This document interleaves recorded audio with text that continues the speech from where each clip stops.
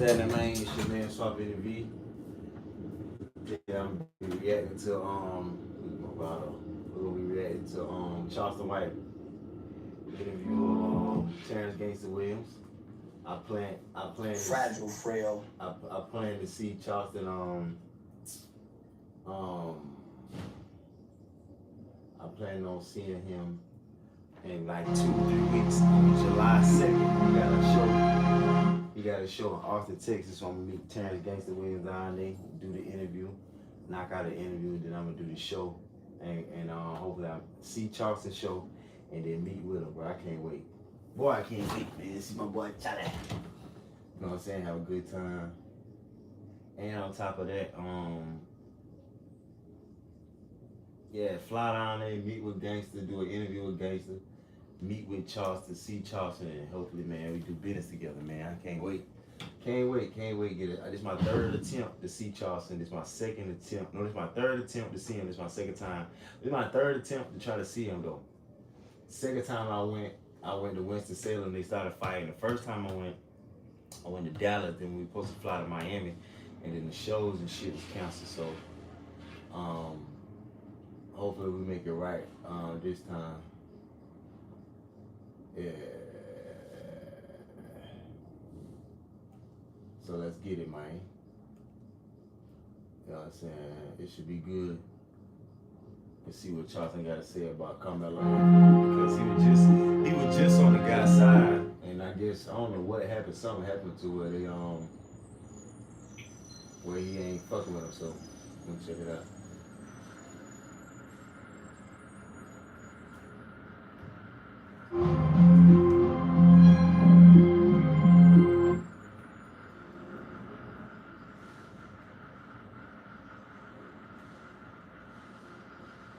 Could be booking me for a killing.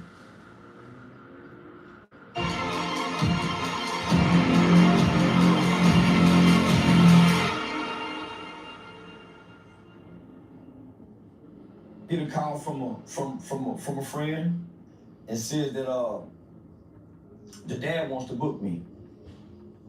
Dad wants to pay me $3,000. I think it was $3,000 or $4,000. The dad wants to pay me $3,000 or $4,000 to meet with me. Who dad? Carmelo's dad. Okay. Well, I'm a businessman. He could be booking me for a killing. He could be booking me for a killing. Damn. You never know. Charleston White did say he'll show up for the killing. Okay, y'all, this one here is a big one. It's about to go. First of all, man, how you been doing? I've been doing good, my nigga. How about yourself? Man, I'm good, bro. Happy you could make it. How was your flight? It was, I mean, I spent a day at the airport. I spent a whole day at the airport, so I had to, yeah. So, yesterday, they canceled 1,000 flights. Man.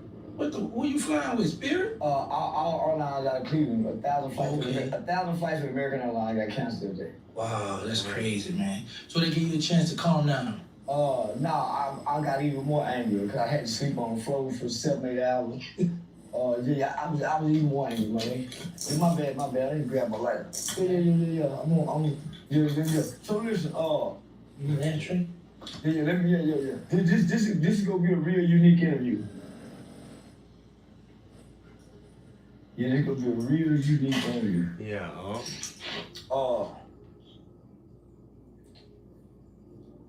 Yeah, I done had a chance to calm down. Okay, so what's the status of you and the Carmelo family? Me and the status of the Carmelo family? Initially, I went with the Metcalf family. And I'm gonna tell white people, this not for y'all. I'm gonna get back to white people in a minute. This is for black people and niggas. When Carmelo and Austin Metcalf situation happened, black people ignored it because at first they thought it was black on black. So black people ignored it. They have no say-so about it. You know how I know? Because I was online for at least 2 or 3 days, almost a week, arguing with black people because I said fuck Lil Ronnie and the baby Chief, the rapper that had got killed with his baby. This happened around the same time.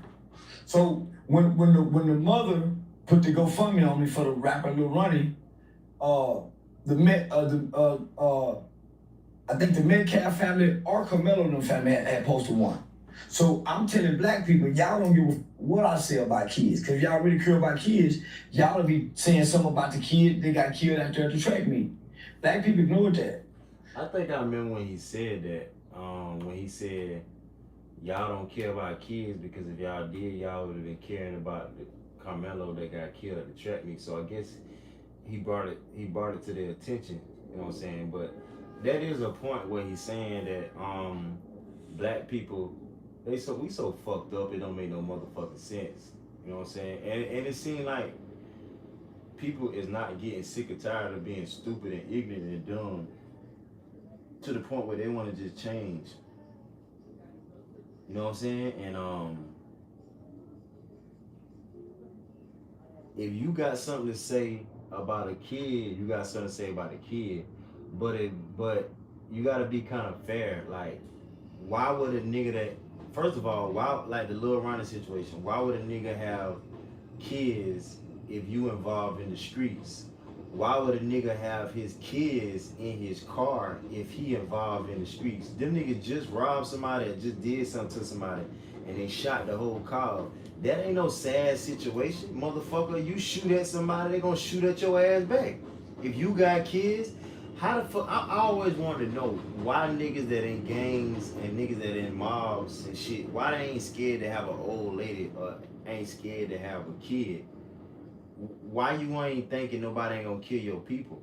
Like, so for you to be killing people and shooting at people and thinking motherfuckers ain't gonna shoot at your ass, you gotta be dumb, stupid, and you gotta be another type of, like, you gotta be off or something. But I realize with black people, they wanna do stuff to people. If somebody do something to them, they gonna hurt somebody else. That ain't the way to do it because you gonna hurt an innocent person. When black people found out that it was a white kid, that a black kid gives a white kid, they immediately started giving to the GoFundMe. So at the time, I was doing a stream with Aiden Ross, and I was telling Aiden about it. And so Aiden donated $10,000 to the Metcalf family. And shout out to Aiden for doing that. I was under the impression at the time that Carmelo had brought a knife to school. So my mind, if you bring a knife to school, and I don't give a damn if you being bullied, I don't give who you afraid of at school, you need to tell somebody. Yeah, that's true. I would give a fuck. You walk by too many outdoors throughout the day going to school, you should tell somebody. So my mind. Well, even if you tell somebody, that shit still ain't gonna work because a mother, like it just a lose-lose situation. You know what I'm saying? I seen a mother had a daughter and her daughter, some girls was bullying her daughter. I think they pulled the girl braids out her head or something. I think they pulled the braids out her head or some shit. You know what I'm saying? They did some fucked up shit to her. And then the parent was crying because the teachers allowed it to happen. They told the teachers, and you know what I'm saying? And then another situation where a kid was a teacher was beating up on a kid, and the kid was mentally retarded, and the mama put a camera in the child hair to catch him, and then she comes to the school crying and recording. Like, that shit gonna do something, like somebody on your motherfucking side. So I realized if you defend yourself, if you getting attacked or getting harmed and you defend yourself and you kill somebody or you hurt somebody severely bad, you gonna get in trouble, which is fucked up. So that's a lose-lose situation. Or if you getting hurt and harmed by somebody and you tell somebody, they ass ain't gonna do nothing and nothing ain't gonna happen to them. So you gonna still receive the backlash. Not even backlash, you still gonna receive what comes with bullying. You know what I'm saying? Like, so I ain't gonna even lie, bro. Like, the world fucked up because if you getting bullied and you tell somebody, it gonna get worse because now you telling, now you snitching, and now motherfucker gonna beat your ass for telling even more, And forget about that. The teachers ain't gonna tell nobody. They might tell somebody. They might suspend. Like, it's still gonna keep going on, and you still gonna get bullied. Okay, next thing you know, okay, you getting bullied and you do something about it and you kill somebody. You gonna get in trouble for hurting somebody and defending yourself. So I realized in life that with multiple situations, that if you being attacked and if you being harmed or if you been done wrong, the person that's doing it to you, they gonna get away scotch-free. But if you defend yourself, you gonna get in trouble.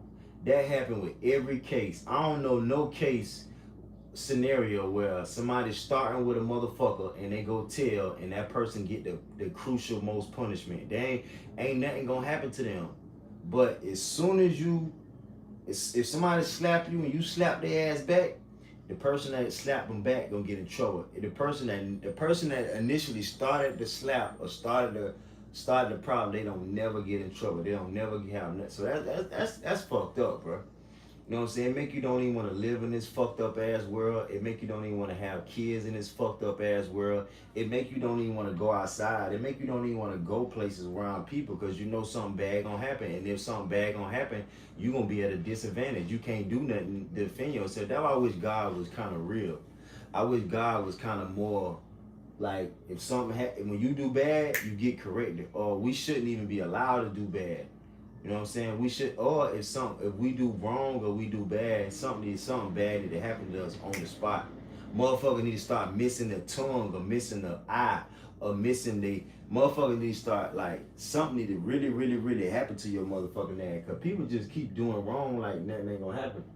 And then, like I said, the person who's starting it, the person who was bullying the person, they don't never get in no trouble, bro. I know I ain't the only one who knows that.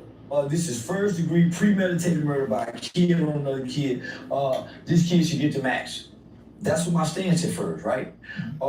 And you're talking to a guy who was the CEO of one of the most highly recommended youth organizations in the state of Texas, which is Hype Youth Outreach. Was highly recommended to all 254 counties throughout the state of Texas by the Texas Juvenile Justice Department.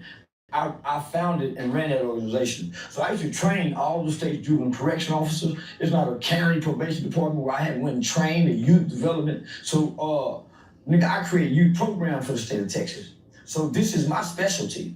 Not only that, I partner with one of the most powerful and one of the top 5 best murder death penalty attorneys in the nation. That's a guy by the name of Mitch Nolte. I met Mitch Nolte through a lady who does criminal defense mitigation by the name of Shannon Ross. So along with myself, Miss Ross and Mitch, we've saved plenty of children who've had violent crimes out of Collin County. So this would have been our specialty. Mitch is from Collin County. Shannon knows the judges. I've actually worked in the Collin County courts with the juvenile judges, so I've been there saving kids. So this was my specialty. I believe in first degree murder. Had he took a knife to school because he was bullied, right? So I say a few days later, maybe a week later, I get a call from a friend and says that the dad wants to book me. Dad wants to pay me $3,000. I think it was $3,000 or $4,000. The dad wants to pay me $3,000 or $4,000 to meet with me. Who dad? Carmelo's dad. Okay. Well, I'm a businessman. He could be booking me for a killing. He could be booking me for a killing. Nigga, I meet up with him, get the money, and I keep the money. I listen to him, I look him in his eyes, and I listen to his story. His story made more sense.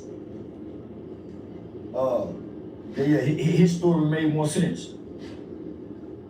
Or the son. Yeah, it made more sense than what the media was projecting and propagating.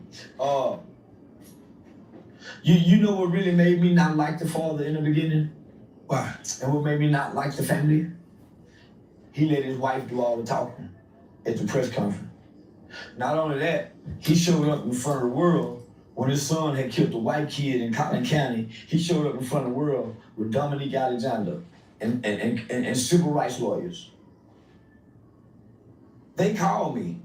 Attorney Cole called me and said, "Hey, Charles, see, one thing I seen, like, just like when the kid that got killed at the store, the kid that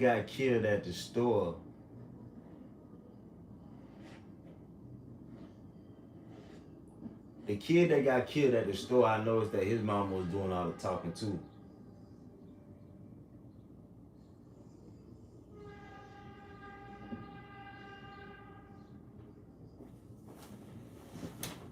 You know what I'm saying? And I realized that niggas probably don't know no better. Like, bro, when something real happened, I was thinking about something else while I was about to speak.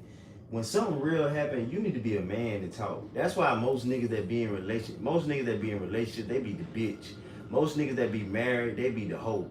The girl be running this shit. The girl be running. Like, niggas, you need to talk, and you need to talk. Like, yo, you the one with the, you know what I'm saying? But if you, that is a red flag if the woman talking. You emotional, like, you need to, like, I don't know, men supposed to lead type shit. That's a red flag, like, you know what I'm saying? That ain't, but I understand what he's saying, but let's tune in. Want to go for me? Nope. I gave to the white folk, the white family, and keep it wrong. I know when his son had killed a white kid in Cotton County, he showed up in front of the world with Dominique Alexander and civil rights lawyers. They called me. Attorney Cole called me and said, "Hey, Charles, can you help us promote the GoFundMe?" Nope. I gave to the white folk, the white family, and keep it wrong. I know once I see certain figures, once I know I see certain black figures and black faces, Lee Merritt, Benjamin Crump, Jasmine Crockett, Dominique Alexander, nigga, all these run together. Kim Cole, nigga, all these, Freddie Haynes, all these are the hooks and crooks to run together. Nigga, they playing for the money.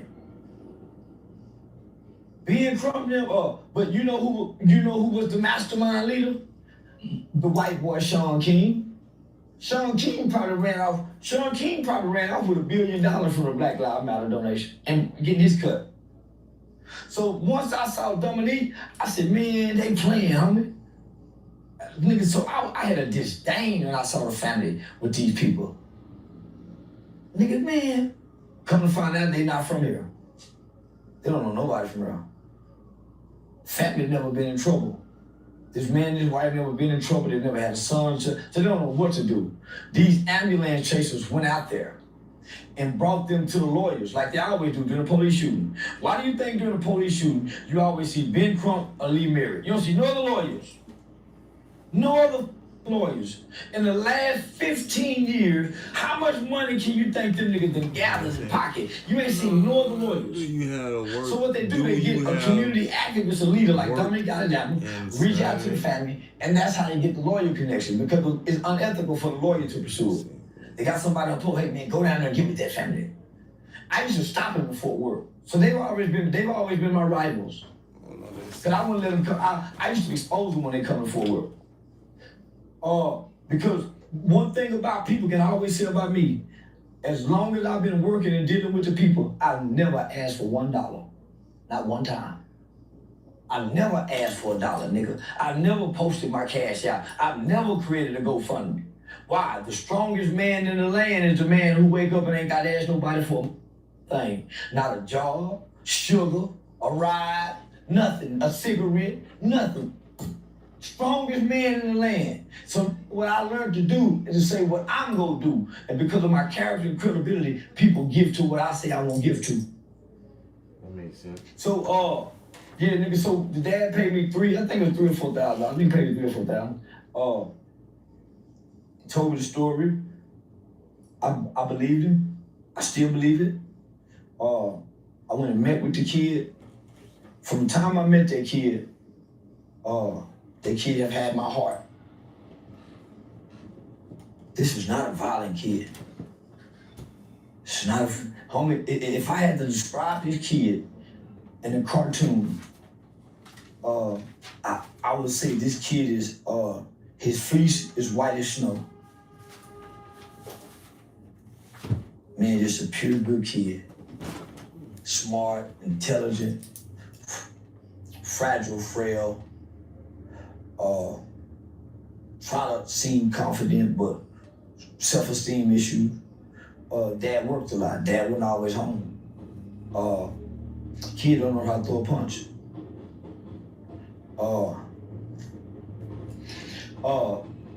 So if he describing that type of kid, that mean the nigga just was really defending himself. They fucked over that kid. He was just really defending himself, bro. And that what it sound like. And the two white boys, they know that he wasn't about that life. They know they could bully him. That's why they tried to bully him.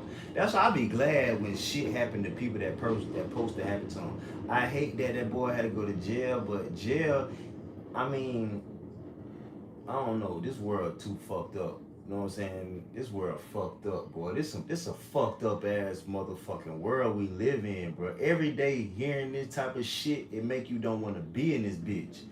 It make you don't want to. It make you. This world is so fucked up. Like what you supposed to do when danger occur? It ain't like you can if you can, like, what you supposed to do if you sitting down and two big ass motherfuckers coming to you about to kill you? What you supposed to do?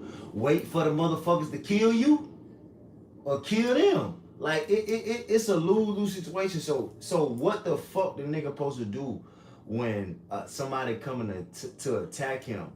Let the people attack you and they gonna break your arm. They gonna give you a concussion. They gonna knock your ass out. They gonna what are you supposed to do when danger occurs? That the type of shit we need to be asking ourselves and be talking about it.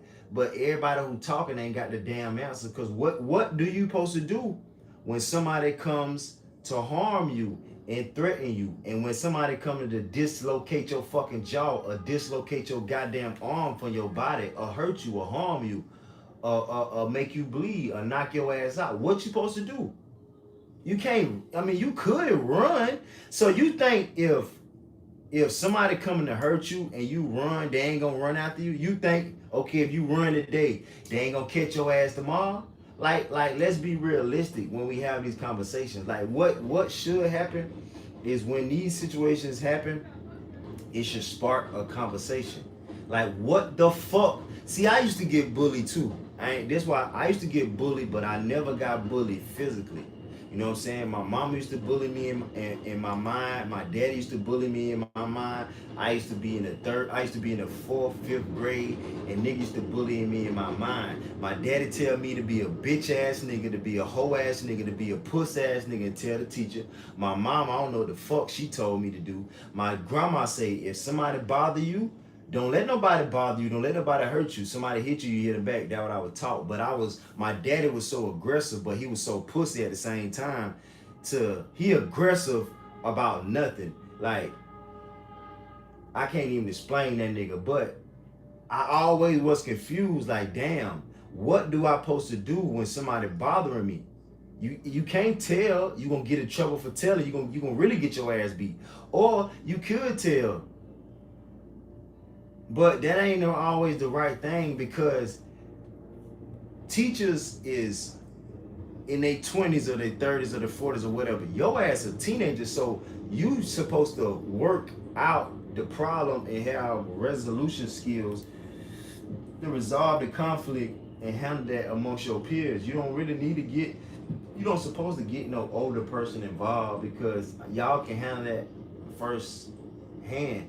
But the conversation should start, and the real problem and the real question is why you bothering people?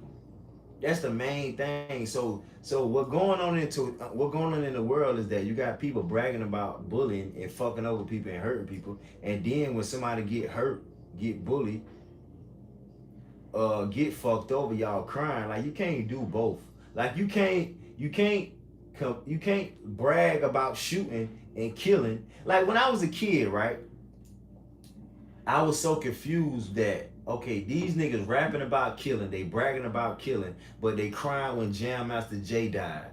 They crying when Biggie died. They tell my, oh Lord, Biggie died. That nigga rapped about death, about killing. Like, even when I was a kid, I was like, damn, how niggas brag about killing and nigga talking so tough on the record, and then they crying like a hoe when Biggie died. They crying like a hoe when Tupac died. All that gangsta ass, tough ass shit that nigga talked about, and all that gangsta ass, tough ass shit that nigga did. I wonder why the fuck people crying when his ass got shot. What the fuck you think gonna happen to you, nigga? Like, so when me as a kid, I always was like, people stupid, bro, because people want to do wrong, but if wrong come to they bitch ass, they can't take it. Like my cousin had the audacity to admit out his mouth, yeah, bro, I robbed niggas and I did this to niggas, and then he tells stories because he talks so damn much that when somebody robbed his ass, when somebody was about to kill his ass, he moved to another state. And nigga, when somebody robbed his ass, he left, he quit school. Nah, nigga, you robbed a nigga, you took another nigga shit. Nah, nigga, take your shit, you can't take it. So the conversation need to start. Even Charleston White, I hate to say it, but Charleston White said when he was 14 and caught that murder case, he used to be a bully. Now, you got a nigga that was being bullied and he killed that motherfucker for bullying him. And now Charleston White say you wrong for killing the bully. So which one wrong? The motherfucker wrong for killing the bully, or the nigga wrong for bullying, or the nigga wrong for like, come on, bro. I don't think nobody wrong for defending themselves. I don't think nobody wrong for defending themselves. I do not. You should not get in trouble for defending yourself. And I realized, dog, even in my own personal life, with my own personal life, I let motherfucker, even with my mom and motherfucking daddy, they do shit to me, they do wrong to me, they do harm to me. I ain't never did shit to them. And now I don't fuck with them, and people look at me like I'm crazy, and they talk about me, and they just think that's the wrongest thing to do. What the fuck I'm supposed to do when they do wrong to me and they harm me? I can't shoot the motherfucker in the face. I can, but I can't, and I don't want to. I can't beat your motherfucking ass, but you know what I can do? Walk away and don't never come back. And guess what? I'm a living testimony that if you walk away, it's still gonna be a fucking problem. I done walked away, done moved away, done changed my number, I got one goddamn cousin, and I try to tell this stupid ass, bitch ass nigga, I don't wanna fucking hear about nobody I known or talked to before. I don't wanna talk to nobody. I don't wanna hear from nobody. Quit motherfucking telling me about people business, bro. What the fuck is wrong with you? The nigga can't help himself. He got to talk about people. Like, he got to keep another nigga name in his fucking mouth. So I be like, that is amazing. Like, you motherfuckers need to find something to do. But, man, this shit is so sad, bro, about this bullying shit, bro. And I always, man, I'm so glad that I made it out, bro, because I was in those same situations. And I remember I used to think about killing a lot of motherfuckers. And the only reason I didn't do it because I didn't want to go to jail. And I didn't really, and I was like, nigga, you can walk away, you can move away. And I thought about it, I said, nigga, you ain't gotta never see these people again. So from my experience, what I realized is that if you a kid, if you can just make it through if you can make it to 18, if the Lord bless you to just make it through 18, you can live the rest of your life how you wanna. But it's a fucked up way. It's unfair. And it is very fucked up that a innocent person gotta go through hell for no reason. Like, what reason am I going through this hell for, bro? Like, I don't wanna. That's why I ain't got no damn kids, bro. Cause I don't want my child to go through hell. Why would I bring you to a hell? If I know this bitch hell, why would I tell you to come here? Like my friends, some of my niggas down south, I be like, bro, this shit lit up here. Nigga, bring your ass, bro. This shit, nigga, the girls out here, the weed legal, bro, feeling good. The Knicks winning, the motherfucking FIFA. We got brand new clothes, nigga. This, man, we getting money. This shit sweet, bro. Nigga, come up here. I tell them boys to come up here because this shit sweet. Nigga, if this shit wrong and this shit bad, I ain't gonna tell nobody to come up here. Because why? But man, man, there's some shit about this bullying shit and with that killing, bro. Like, what the fuck you supposed to do with somebody bothering you? Because First of all, why is another man looking at another man? Why you touching that man? Why you got your body faced this way when the teacher is this way? Why you touching that man? You supposed to die if you like if you bullying somebody, you picking at somebody, you really should die, motherfucker. If a nigga beat a bitch ass and she can't fight back and she's smaller than him and a nigga bullying her and he beating her for no damn reason, her nigga, she need to set your ass up, or nigga need to, anybody that bullying anybody should get death. Cause you making somebody do it, you making somebody do something against their will. That's like the wrongest shit that you can do to somebody. That's like rape to a woman when you make another nigga do what you say. I ain't never made no nigga do what I say. That's gay shit to me if you look at it, but that's fucked up, man. Articulate, can communicate well, properly, has goals, has aspirations, and being a thug is not one of them. Looking like a thug is not one of them. Behaving like a thug is not one of them. This is one of all our kids. If you can close your eyes, if you have children, if you can close your eyes and think of the best kid around your children, that's this kid. So when I met him, I initially connected with him. And I knew he was gonna have a hard time being on bond, so I started putting things in place for him. I had him an MMA coach, shout out to Trent, a boxing coach to go out there. I loaded him up with books. One of the first books I gave him and asked him to read is The New Jim Crow by Michelle Alexander, that talks about the 1 in 3 school to prison pipeline. 1 in 3 school to prison pipeline. 1 in 3 school to prison pipeline. He went to prison from school. 1 in 3 school to prison pipeline. He went to prison from school. Over 50% of children in the state of Texas are not arrested on the streets. They're referred or come through school. 1 in 3 will go school to prison pipeline. So let me finish. So the dad always seemed, I don't like victims. I don't like people, I talk to victims and talk to them to be victorious. I hate a black man that see himself as a victim. I hate a black man that poor me. I hate a docile, subservient, beta male black man. No matter how much respect and likeness I have for you, you can't be that kind of man with me. I hurt your feelings. So I never hurt his feelings, but I was rough with him. See, while everybody talking, there was a time when he needed all these black people with these opinions, all these black lawyers that he said is powerful now. Where was they at then, nigga? They saw you with the same lawyers that you got now. You reached out to all these, well, nobody there, nigga. They gave you a GoFundMe when the black lawyers and the black people realized they couldn't get that $600,000. Well, nobody there, nigga. The white people went in, and because there was so much controversy and he had so many oppositions in the white Republican conservative world, they put a halt on that money. Only people could touch that money is the lawyers. He couldn't have no access to it. He couldn't, they would start going up to his job, acting like they wanted to buy a car. Get to the finance guy and say, hey man, this son killed somebody, y'all better get him out of here. The job didn't fire him, but just for the safety, and they had to let him go in the brain. They had to let him go. He called me crying, homie. I ain't no savior, and I don't give a damn about helping another grown man. But because of my heart for a son, I put him in the car with me. I put him in the car with me.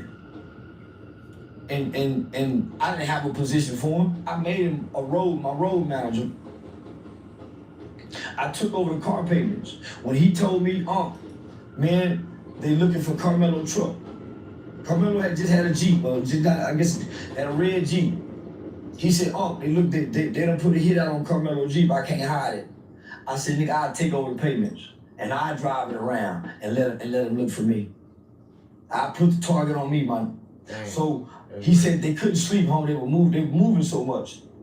And And because of my heart for my people and because of my heart for this family, they didn't deserve the backlash that they got from the right racist people, the threats, because their son made an impulsive decision. This was not a planned murder. This was not an intent to kill. This was not a well thought out, I want to hurt you. This was not it. But white people treated it like it was. Not only did he have to move, the judge who lowered the bond, they haven't brought her up yet. She's in hiding. They started threatening the judge is in hiding, nigga. White folks, nigga, now the black judge who they voted in, she no longer is seen anymore. Her life became in danger. So here it is, this black family life is in danger, homie. Didn't you hear that man, didn't you hear Jeff Metcalf say, your mother live in Baton Rouge? We got, nigga, this is still America, nigga, the rural town, nigga. So, man, called me with tears. Nobody was there because they couldn't get the money. I took care of them. Not that they owe me anything, I never asked for anything, but I put a target on me. So I started going online, fighting everything that was coming after them. Sarah Fields, Jim Lane, the white boy that just got arrested for go shooting the head with the woman by them. I made them target me, homie.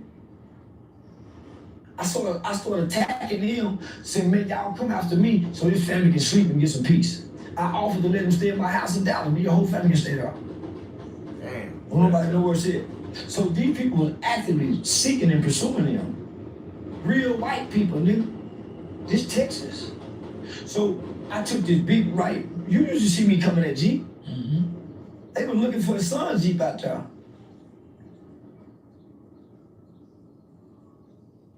You gotta let my son drive that motherfucker. And I knew I shouldn't have did it.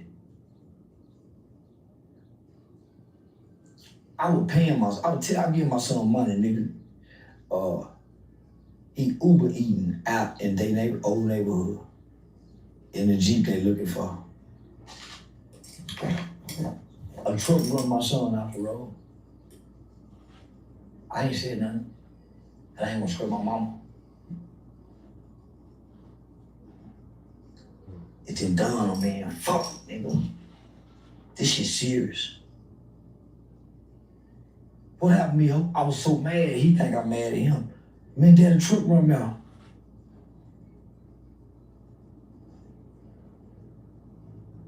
So nigga, I'm invested in this shit. This before now. Where was everybody at the end, nigga? Where was everybody at the end? I'm just paying him just to be paying him. I'm paying the car note, nigga. I don't need this motherfucker, nigga. I ain't need it. Just hit him, nigga.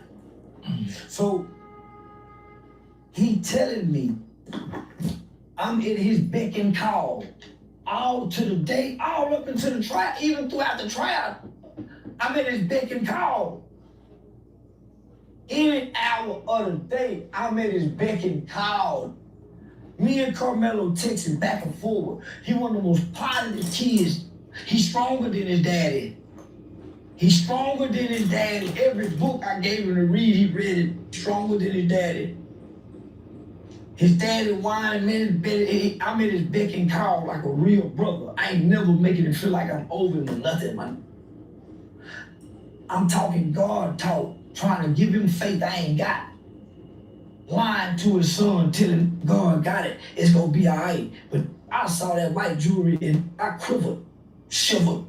But I told him it's gonna be all right, then God gonna work through that white jewelry. I was lying, I didn't believe that. But I couldn't tell them I ain't have faith no more. That's nigga, I lost faith nigga when I seen that. But I'm in this beck and call for a whole year. I ain't telling me I'm having fun for the whole, nah nigga. I gave him my heart, I gave him my time, I gave him my money, and I never spoke on it. For months. This man was saying, man, I feel like this lawyer gonna sell my baby up the road. He telling me this, man. He telling me this. Where you get the lawyer from? Dominique. It's Yellow Beezy lawyer. Nigga, that ain't no murder lawyer, man. That's a dope boy lawyer. Yellow Beezy gonna lose with him in what I told him. That is young, my man. This white boy they win in liberal courts. Dallas is a liberal town. You can't get no Dallas lawyer and think they finna be big shot shit in Collin County. I know the baddest lawyer in Collin County. Commissioner OG, what I told him. At that time, it was $600,000. I said, I know a criminal defense mitigation specialist named Shannon Ross, who I used to work with. Me and they need to be on this case, homie. Put him in touch with Shannon. Shannon said, we need mitigation. We need defense mitigation. We need that. We don't have to worry about the money. We can get the money later, is what Commissioner said. He still went with them, homie. Damn. Everybody said, no, he's not good or rough. He even told me that his lawyer and the DA was once student and teacher. So the prosecutor was head over the DA. The DA never been able to beat him. He told me that. I said, you need to get rid of him. We met on several different occasions. Me, him, and Shannon talked on several different occasions. He stayed with them for whatever reason, homie. But nigga, I ain't stopped helping him. I was frustrated and mad about it, homie. But I ain't stopped. I'm taking his son's shoes. I'm taking, just trying to keep his picture a good kid. Graduation gifts. But nigga, I ain't doing this looking for nothing in return. I really believe that's a good kid. Still to this day. He didn't intend to do that. It's a reason why they ain't released the whole video. It's a reason why America have not seen that video. It's a reason why. With criminal defense mitigation, Shannon would have had an opportunity by way of the courts and Carmelo's rights to interview every kid up under that tent. Why didn't no kids intervene? Why? They might tell the truth. There's a picture of, they said Carmelo didn't belong under the tent. Well, if he didn't belong under the tent, why was he up under the tent just the previous week prior with all the same students there? But you know who wasn't there last week? Two brothers. Two Metcalf twins. See? They were suspended. So they come back and then, this small frame kid was approached by 4 football players. Not one white kid. And he never stood. And see, the thing about it is, if you approached by 4 big, strong motherfuckers and you small, what you supposed to do, bro? What you supposed to do? If you ask that question, a person gonna say some stupid shit, or they gonna say some unrealistic shit, or they gonna say something that'll answer the question. They ain't gonna tell you a realistic answer. Okay, so let's put your ass in that situation and let 3 motherfuckers come and beat your motherfucking ass. I wonder what your ass gonna do. You probably gonna holler, scream, and just die. But who the fuck finna holler, scream, and just die? Not everybody ain't like that though. You gotta think about that. Everybody ain't like that. He remained docile until they started putting hands on him. New kid, new to the area, not a lot of friends, don't know how to fight, no violence in his history, never referral to the principal's office. No one can ever get on the stand and say this kid said anything threatening or anything in his past and now. Just all of a sudden, this one day, this kid is violent and threatening. No. I learned from going to school for psychology and dealing with criminal justice that even when you get in court, they look at what you've done before and add up what you today. Past behaviors have always dictated future action. This kid has no past behaviors of this. If nothing else, negligence, homicide.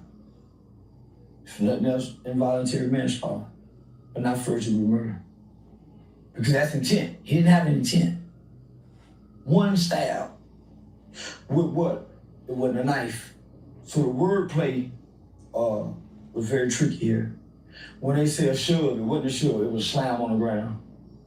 The mitigating factors is this kid have epilepsy. Any punch to the head, seizure. Too much stress, overwhelming, seizures. So those are the factors. Ineffective counsel, never objected to anything. Should have been a change of venue. shouldn't have stayed in that county. I told that nigga, man, tell him move it. He said, man, they said we might get worse than jewelry. You ain't gonna get a better one, nigga. That town, Collin County, is like this new town that's being built that we hear about online. That it's an all-white town and don't nobody live over white people. Why the fuck they live That's what Collin County. That was one of the first towns to do that. Yeah, that was one of the first towns to do that. Just 10 years ago, nigga. If you go through Collin County today with a quarter pound of weed, you might still get 10 years in prison. When in most states it's legal. A quarter, 4 ounces, 5 ounces, you might still get 10 years. If you listen to the closing arguments of the DA, he wasn't just talking to that little black kid. You know why I'm so angry with that nigga daddy? That's what I want to get to. Why? Man, just let me vent, nigga. Well, do your thing. Just let me vent, nigga. Yeah, I'm waiting on that too. The prosecutor, when he was giving me a close out, he told Carmelo, look at me. You look up at me when I'm talking to you. This is our town. Nobody's gonna come in. This is a lynching talking. And I ain't making it about race, nigga. But we all know from this around this part, we know what that mean out there, nigga. We know to tap your brakes, cruise control. It's some towns you know, that's a sundown town. If people don't know, if people just really want to know, that's a sundown town. Collin County is a sundown town. So, the way he talked to that boy, and me not knowing the daddy left him there alone to take the sentencing. Damn. There's no way I can stand with that man. Damn. There's no way I can stand next to that Why man. your daddy left him He like left his boy to hang, nigga, by himself. Standing. My boy, when he looked back over his shoulder, daddy that with you, nigga, with them tears in his eyes, said, you get ready.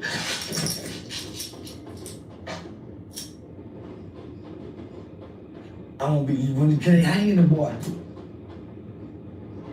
Say, nigga, can you imagine 17 years old, you don't know nothing about no trouble? Damn. You don't know nothing about no trouble? One day you at home with your mama, your daddy, your little sister, nigga. And this kid is innocent, nigga. He don't know about dope, from that smoking weed, none of that. One day, you wake up the next day, you in TDC prison.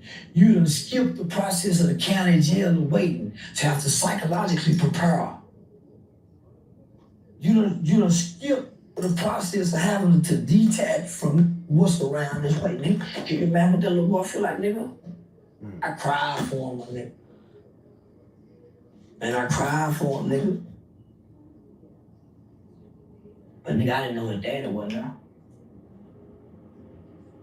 Jeff Metcalf said he was a coward because he wasn't there. Ain't no way in the world I can be seen with that man again standing fighting for his boy. And he just abandoned that kid, man. I wonder why he did that. I can understand his mama not being there to see it, but not him. I cried for 2 days, nigga, 2 days. I cried like a boy. I had time to practice my walk. I had time to shadow box before he took me down. I didn't have time for nothing.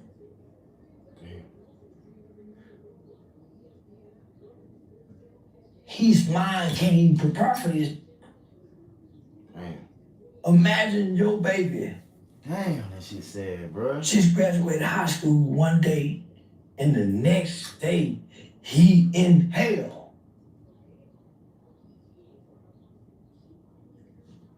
If he got to wait 2 to 3 years on appeal, he ain't gonna be the same kid. He gonna be a monster.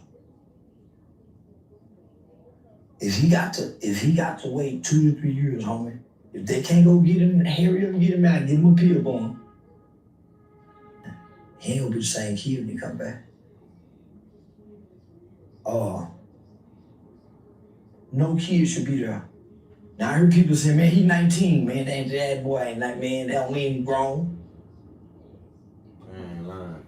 So I raised $1 million. They want $150,000 off top to retain an appeal body. I put up 75 off the most of my total. The first thing the dad said was, we need to start a GoFundMe, man. They shut the GoFundMe down. When he tried to get the GoFundMe, he called me. They shut the GoFundMe down. I said, shit, nigga, that's good. Yeah, nigga, all that big. Now we can show the world for us, by us, with us, of us, or against us. Now we can show the world we can take her on like they do there. Chud got $1 million. Derek Chauvin got everybody done something to it. They raised $1 million for him. Let me see if I can do it for you, what I told him. I think I can do it. I got you, nigga.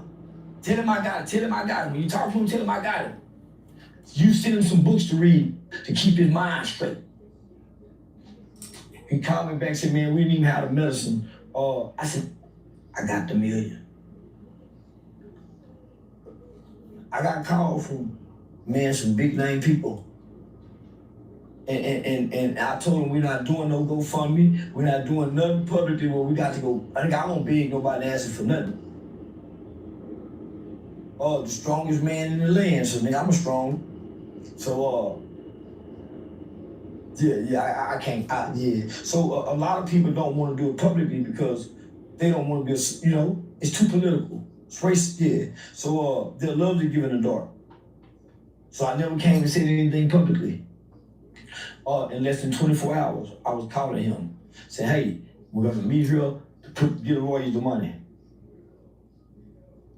We're gonna meet here to get the lawyers the money. So I reached out to a pastor who's not a political pastor, but he has a non-denominational church. He has conservative friends. He has, he's connected and respected. So I said to Pastor, can we meet here, do an interview with CHARLESTON? The CHARLESTON interview, I'm gonna put that $10,000 in his pocket. I'm putting that $10,000 in his pocket. I hit Vlad up. I hit some more people up, Sean Mike Kelly, to get them some interviews. So I hit him Antoine Daniels. So I'm gonna put them some initial cash in their pocket, at least 10 to 15, 20, right now. This lawyer money going directly to the lawyers. We're setting this up for Friday. I had a show in Cleveland, so I'm gonna leave Cleveland, come here, meet with them, and get everything set up.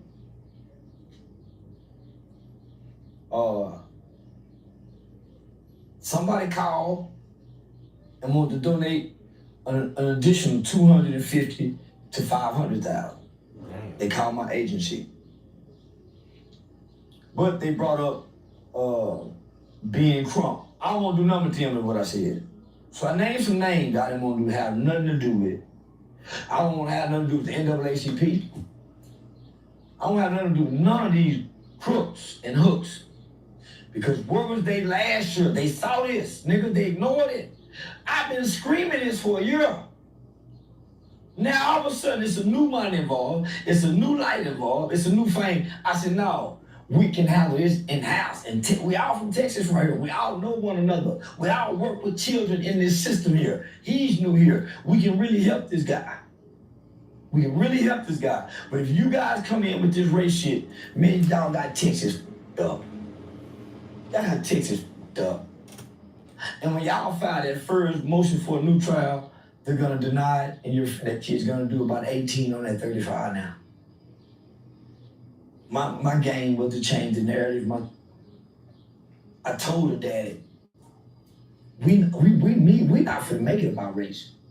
The issue is about right and wrong. The prefrontal cortex, the lack of brain development at his age. The Supreme Court said those are factors to factor in. We worked on Miller Brown ruling. How we got George Token out, Eric Brown.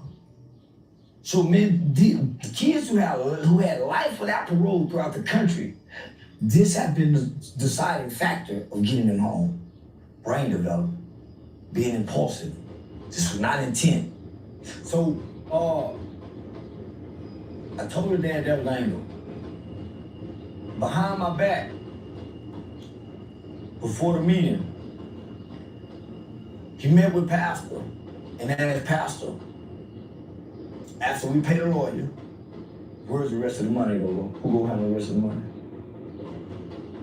Me, nigga. They giving it to me because they trust me. Why would I give my credibility to you if they already suspect you've been doing it? He wanted to get the money and then separate from me. He said, Unc, I need to move. We'll help you move. We'll help you move. We'll help you move, but then we ain't giving you the money to do it. We're not giving you the money to do it. He asked for help during the trial. Oh, shit. I'm the one sent Dr. Candace up there. I'm the one that had Dr. Candace, can you go up to a man, his family needs you. No protection. It's a white man out there threatening to kill the man, kill the boy. She said, I'm gonna be up there next Thursday. I said, the trial will be over by then, I think, Doc. They rushing this pretty fast. She couldn't believe it. I still be going, so now they rushing it pretty fast. He asked for this help, only to leave all of us hanging. As if we invaded. Now he asked for this. We felt like he was worthy of it because of the kid. Not that the kid need to be let go free. But when you look at all the facts, not the omitted facts, when you look at all the facts, then sit the facts to the side, because the facts ain't the truth. That's why the prosecutor got facts, the defense attorney got facts, and each is presenting different facts as their truth. So let's look at all the facts. We'll analyze the facts and we realize that facts are not the truth. Wow, what's the truth? Carmelo never got up there. Hunter never got up there. And every kid that was up there never got up there to be cross-examined from their original statements to the police. Not what they're saying today, but the original statements. And when you look at the original statements, you will see everybody up there, including the coaches and law enforcement, change their statements. Perjury. I studied law. I went to Texas Western University. Man, I could be one of the best lawyers at the time. I would be a bad motherfucker. But I became a youth advocate. Attorney White. Well, I wanted to be a youth advocate. I wanted to be Mr. White to the children. And now I realized that attorneys really can't help. They can only maybe save the situation. I really want to be able to help the youth. And how do you help youth? You got crime intervention, and then you got crime prevention. Youth advocate. Help, what he said, help outreach?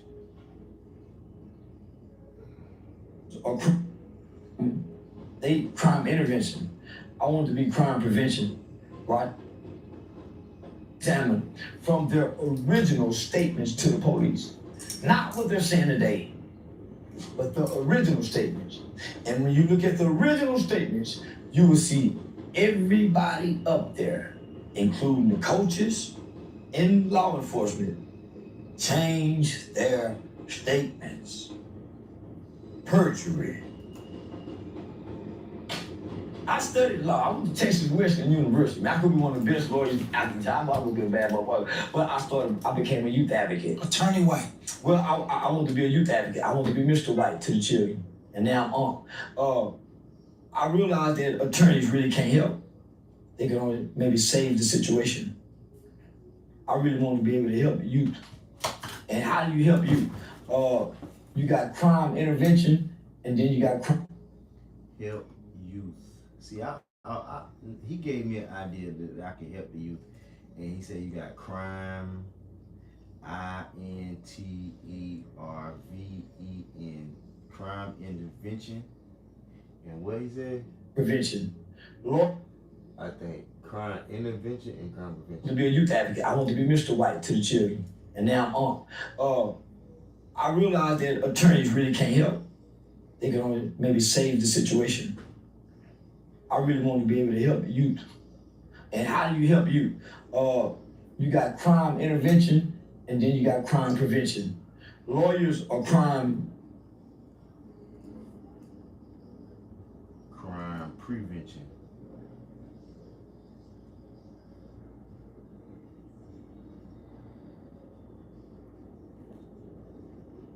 crime intervention. I want to be crime prevention, right?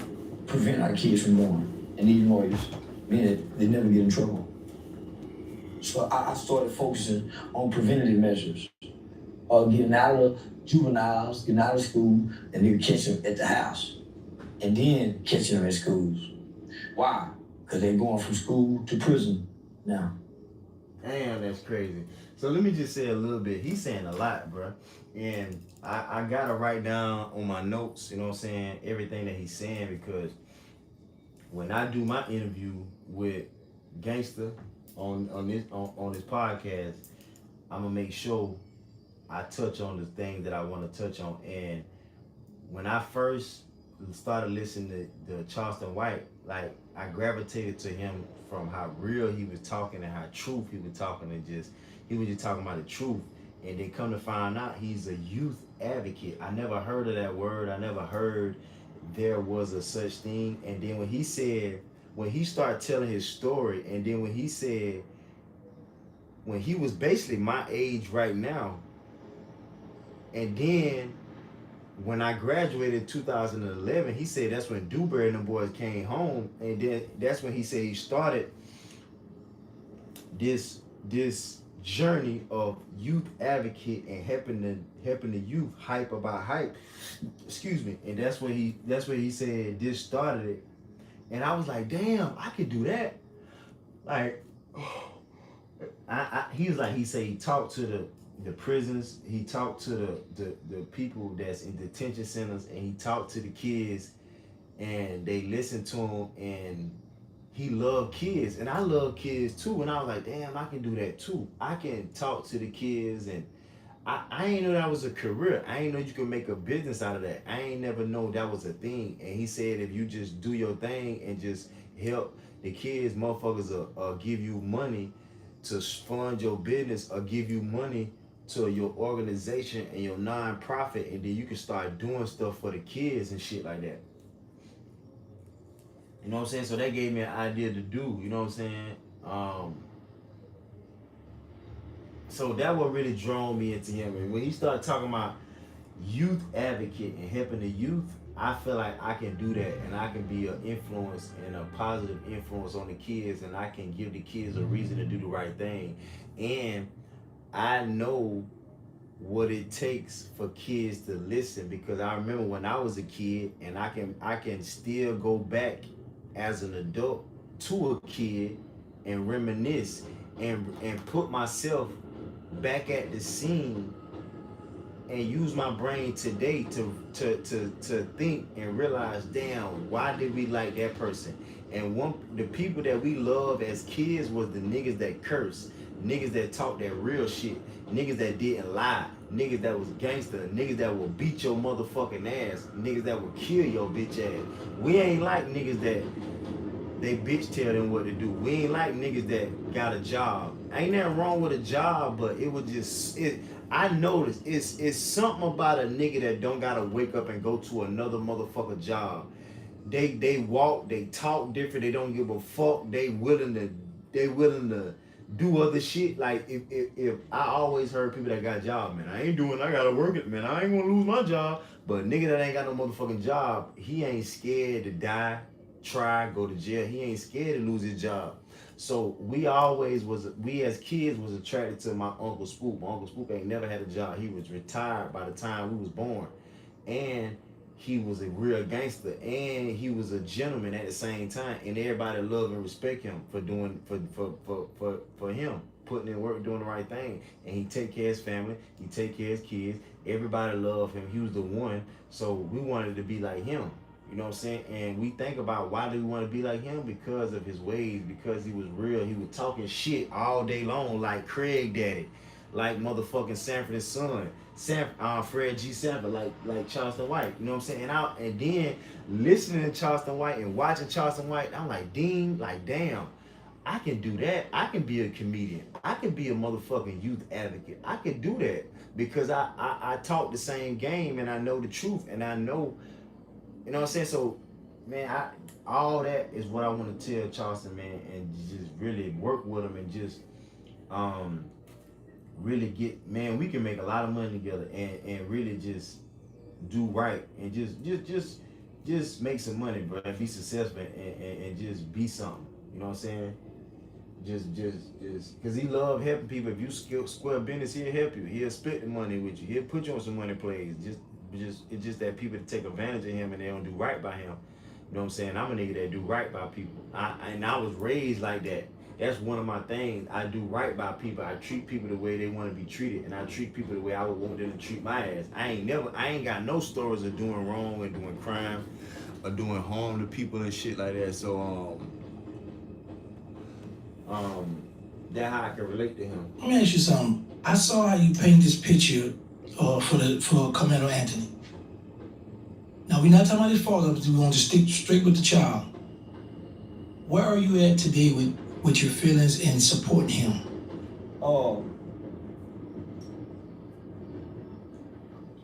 So I got friends, I got childhood friends, and I got relatives that's very influential in the prison system. It's not a prison you can't go to, and nigga, somebody I know ain't a big dog on that yard.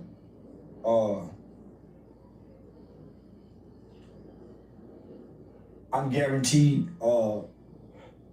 his protection in prison. I'm saying that before the camera. Yeah, nigga, ain't nothing gonna happen. Not in Texas. If anybody touch him that's not black, it'll be a war. It'll be a war. You gotta think, nigga, I grew up in a boys' home. Yeah, so. And then I spent 12 years, nigga, in and out of every state juvenile facility in the country, nigga. If not, especially in Texas. All the young and the killers, I met them when they was in elementary, when they was in middle school. I met them at the after school program, juvenile detention center, the donut dads giveaway. I've been indoctrinating the kids with Mr. Charleston, nigga, since 2012. See, I said them my babies down there that know me, nigga, coming in with them anti-gang cognitive intervention program. All them YN love me. They watch my video, they call me from the, yeah, nigga, all the young niggas call me from down there. I done already sent words, say he coming, y'all make sure my baby out here. That's baby, what I say, that's my heart. That little nigga go be out Johnny Cochran. I told him, y'all make sure you get in the law library. The little been studying law like failed to do. When he graduated from high school out there on his murder bond, he went to college to study law to pick up what couldn't finish. I told him he gonna be our lawyer for the nation, nigga. So all them young be calling me from watching them videos, from the feds to the states, nigga. Any George you can't go on, nigga, they love me. So say me, y'all make sure I am. And y'all make sure I'm gonna be now. When y'all come home, I'm gonna make sure y'all like, I can get it to y'all, nigga, but I promise you, this the one, nah. If something happened to him, it's gonna have to be a guard to do it. It won't be a black person. Guaranteed. So yeah, nah. See, people think I just be talking on the internet. I started in a boys' home, creating alliances as a kid. Then at one point in time, they let me go inside the juvenile facilities in the prison. I was a part of the prison entrepreneurship program. I was coming in whispering ears. And then at one point in time, nigga, I used to teach classes at the adult parole office off McCarty in Fort Worth, Texas. criminal justice wise in Texas, yeah, no, nigga, I'm the face of it. They know that. So now, nigga, once I put my stamping hand on that kid, nigga, he alright. He's malleable, he respectful, so he gonna be alright. He just psychologically gotta get through. Okay, so I saw you on the internet today going off about the money. So are you gonna still help him get it? No, I ain't getting my mama say, son, why you got to put up that much money? I said, Mom, if I put up this much money, other people will too.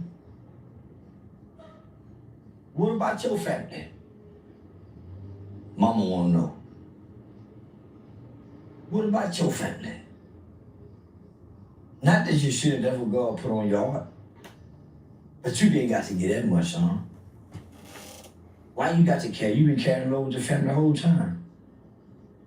So, the people who had the money ready to direct it to my account, I told them no. A popular major rapper said, hey, call and say, Charles, is he really serious? You really getting off? Yeah. And y'all seen this rapper say, yeah.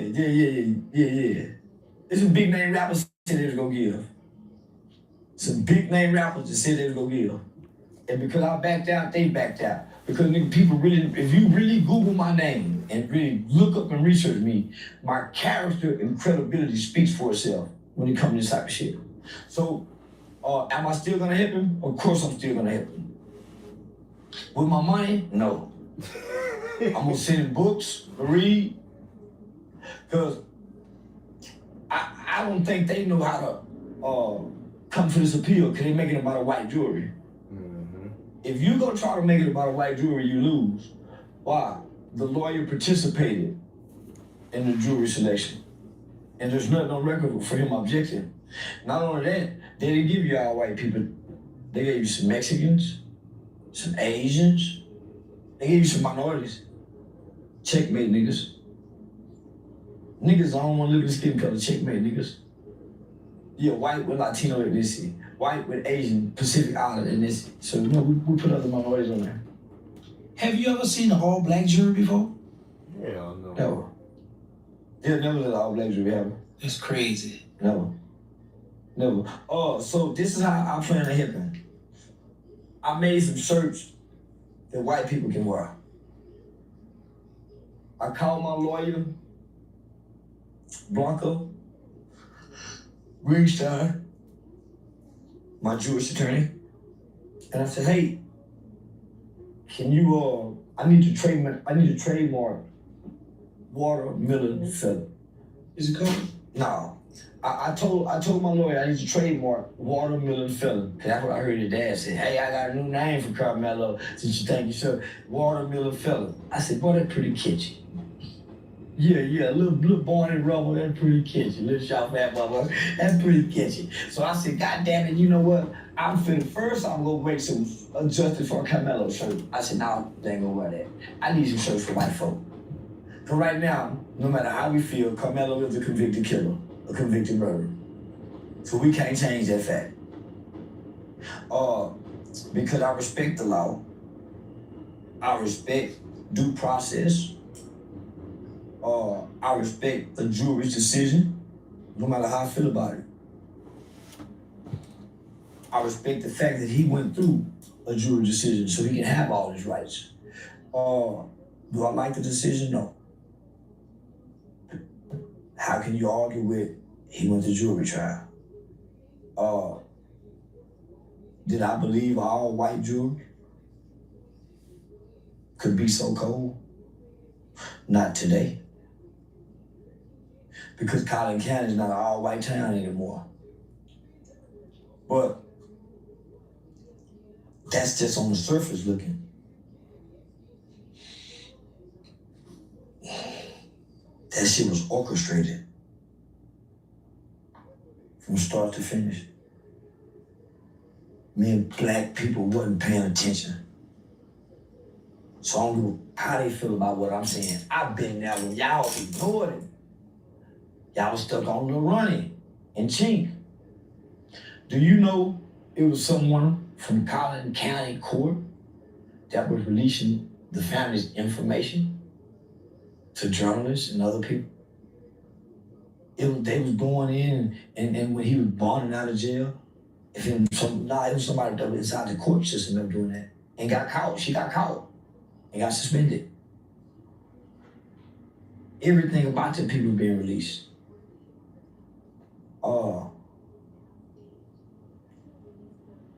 So nigga, I'm selling them shirts for white people. I'm making them shirts. White people need some shirts. They want the watermelon fella shirt. They just can't have a site that they can buy and sell it from. Because if they would, they'll protest it and try to shut it down. Black people can't protest me and say, man, we don't want them shirts. Yeah, nigga. So if Carmelo Anthony reach out to you personally and say, hey, I need you to help me get an appeal attorney, are you gonna help him? What you gonna tell him? Nah, your dad and them, I can't disrespect your parents. I can't do that, homie. Why? Because for you to make the decision, you have to make it with him. Yeah, nah, I honor a nigga mother and father, but nigga. As much as it hurt me, nigga, I tell people all the time, nigga, kids have to suffer based on their mother and father shit. I don't fuck to them about. I don't fuck with my mama. The world's gonna treat you according to who your mother and father is. Shit, that the truth. We get the fuck away from y'all. For y'all So fuck my what's your life thoughts up. on that 35-year sentence when he handed it down? Boy. As long as it seems, he's still young when he come home. It's a typical juvenile sentence. So in the state of Texas, a juvenile can be sentenced up to 40 years for a crime, for a felony crime. So most of my had 40 years, 30 years, 35 years when we was kids. So for the judge to give that, it's not a harsh, extreme sentence in Texas. That's normal for a teenager, even if they was a juvenile. A juvenile with a murder case would get 35, but couldn't get no more than 40. So he stayed in the range that most juveniles would get if they was in juvenile court. So I kind of peeped the play on that. Yeah. Shout out to the judge, by the way. Okay, let's switch gears for a second. So Jeff Metcalf, Yeah. he has some choice words for you. As he should have. As he should have. All seriousness, man lost his son, my nigga. And I took the side of the guy who murdered his son. Where in the beginning, I was with Jeff. You know why I was with Jeff in the beginning? For one, I thought Carmelo was guilty from premeditated murder from taking a knife. Even after I found out it wasn't premeditated. Jeff showed up with a forgiving heart, and can't nobody take that from him. Swear to God, nigga. How mean you look behind the glasses? His words was, he had a forgiving heart, homie. And that's what really stuck with me. I saw them up there playing a race card. I said, nah, man. I even told Carmelo that, nigga, let's try to. He said, man, I don't know if you're trying to kill me or not, man. We had to kick him out. A man showing up with a grieving heart in front of the world. All black people. 2 kids have an incident, and you got black people, adults, acting like they mad about what kids was doing and rejected that man in such an ugly, nasty way Dominique them did. I'm talking about homie rejected that man in such an ugly, nasty way. You know what I told Carmelo's dad? You had your wife up there talking, the whole press conference. Then I said, hey, you look, and y'all kicked the man out, homie. The man said, I said, come on, we can still, nah, homie. So, if I come to you trying to make something right, and I got the right be mad about what I'm not mad about, and you reject me, I'll hate you. I'll hate you. So I understand how you feel. I understand how you feel about me. I came because I saw, man, this is two families stuck. And they done let this dad play the race card.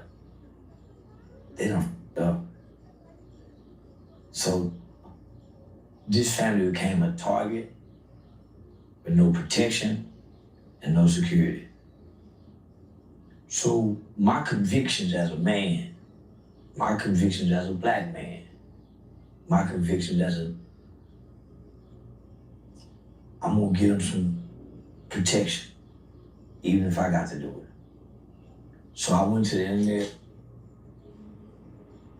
and I made myself a target. You know, I said some things to Jeff, I said some things to Sarah and them. I went all the way out. So this family, y'all. And so, and they target too, but I can take it. So we got every right to be mad. Every goddamn right to be mad. And can't nobody be mad at him for being mad. No matter how much his hate spill over, no matter how much you project him through interview, he got that right because his son in the ground. And like I used to tell the boys still alive, my mama wouldn't let us feel sorry for ourselves. I wouldn't give a how bad they mistreat you. Do they have a right to do it? No, you still human, but you're alive. I still get to come down here and hug you. I can still get a phone call from you. That other family, they ain't got that, so you have to always remember that and have empathy. So you can't always make it. You can't be the victim and your son is there as the murderer. And you didn't make it so now. So I heard what he said, and I thought it was funny and cool. Yeah, I thought it was funny. Yeah, I thought it was funny. And I think me and him can get along. And I think, I'm gonna fight him or his son so he can get off their chest. Yeah, I'm gonna get in the ring, and either me and Hunter go fight, or me and Lil Barney go fight, me and Lil Jeff. Yeah, nah, man, as a father, when I look at this black father, and I look at this white father, and I had to pick which one I was standing with, based off energy, I'm going to the alpha little white man, with the anger, and with the hate for, I call you nigga or whatever. Why? I didn't want to play this game. I tried to, he's telling y'all this, homie. And I watched him and I studied him. And he's being honest, he didn't. White people didn't bring race into this.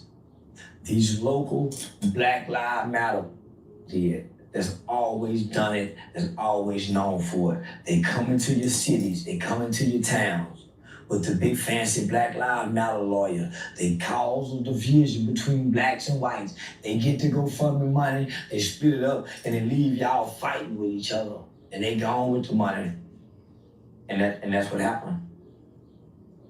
The Dallas County lawyer got their money, went back to Dallas County. I'm sure he gave Dummy Alexander a cut for the referral. $600,000. I'm sure Dummy got. So, man, Jeff, you have every right to feel what you feel, Jeff Metcalf. You have every right to feel what you feel. You even got the right to say what you're saying, my nigga. And can't nobody be mad at you. I know I ain't. I went through an emotional roller coaster. If something hurt me, I don't let it hurt me long. I'm a man. I didn't leave the house for almost 2 days. I stayed in the house, and nigga, I went through a roller coaster ride.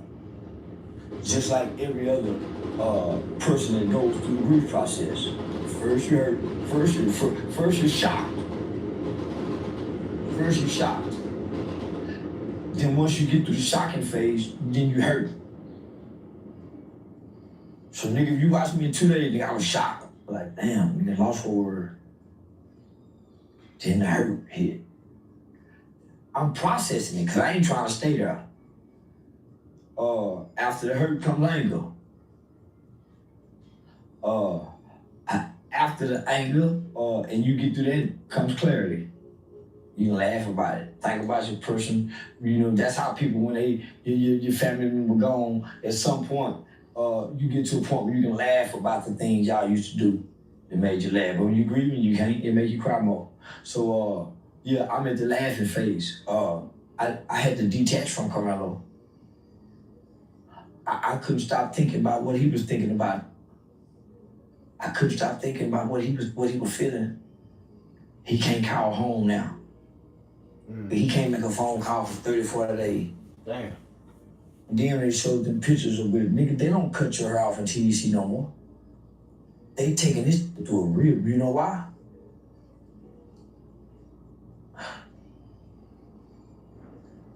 Because these cities playing for the GoFundMe put the race on this kid.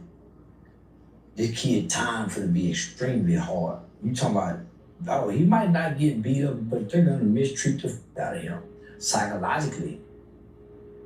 Why you think they upped and sent to prison within 24 hours? Nigga, that's never happened. Never. Then he went to 3 different facilities, kind of like diesel therapy.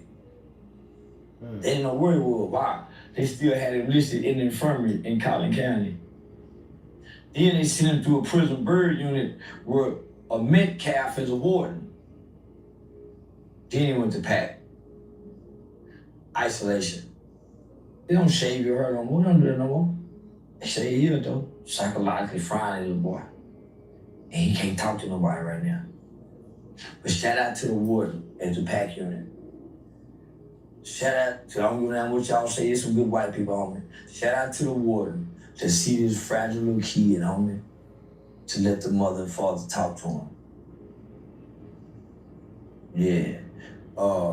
Shout out to attorney Oliver Brown, who came in, probably 1% of lawyers have ever won in the appellate court. He's one of them in Texas, out of Harris County. Miss Nolte, with top 10 best criminal defense lawyers, murder cases, death penalty cases in Texas, if not in the country. Shannon Ross, Miss Brendan Ross, a family of mitigation specialists.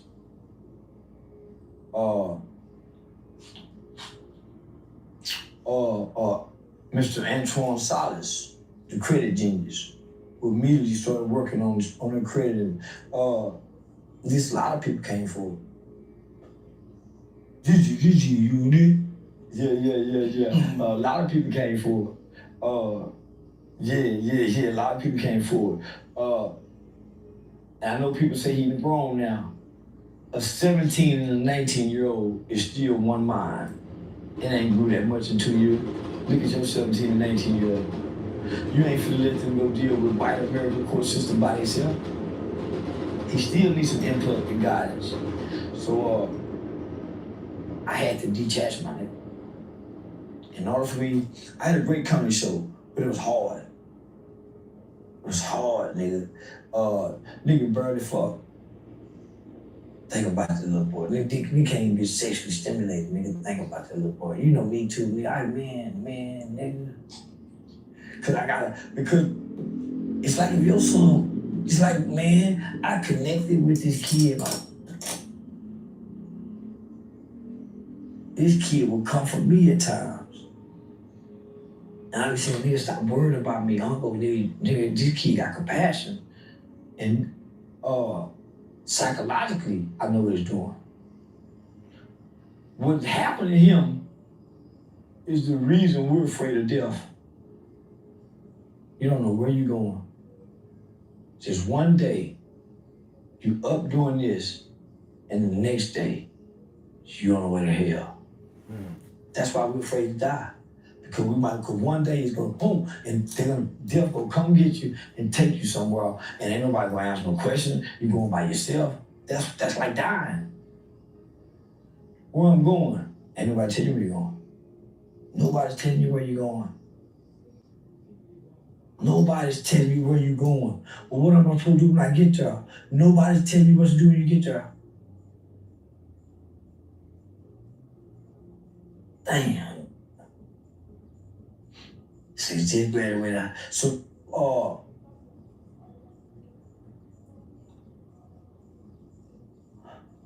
I'm gonna say, nigga, is no child is born bad. And it's clearly wasn't a bad kid. Yeah.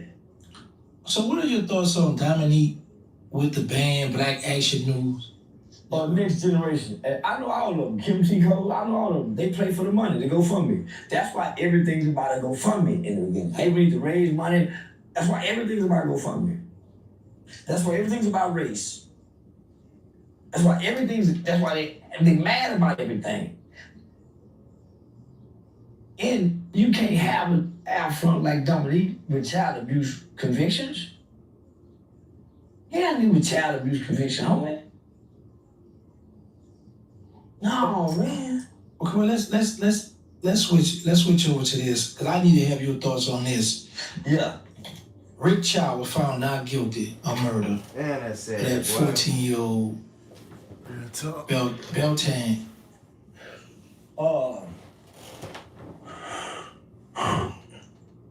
Okay. Kid has some video pictures of him flashing guns, so known for having a gun. Took off running. Never stopped running. They wasn't chasing him with a gun. Free nigga, free read. They didn't come out them shooting. Why was he running so hard? I ain't lying. That's what I'm thinking about too. Why the fuck he was running? And then, like, if he is running, he don't even know no better to not run. It's just like a dog. Like when we was younger, they tell us don't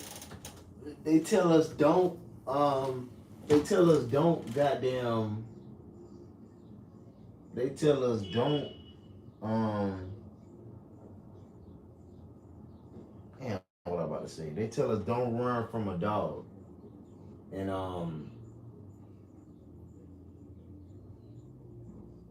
you can't do that. You know what I'm saying? Like you can't run from people and you ain't like you can't be doing that shit, bro.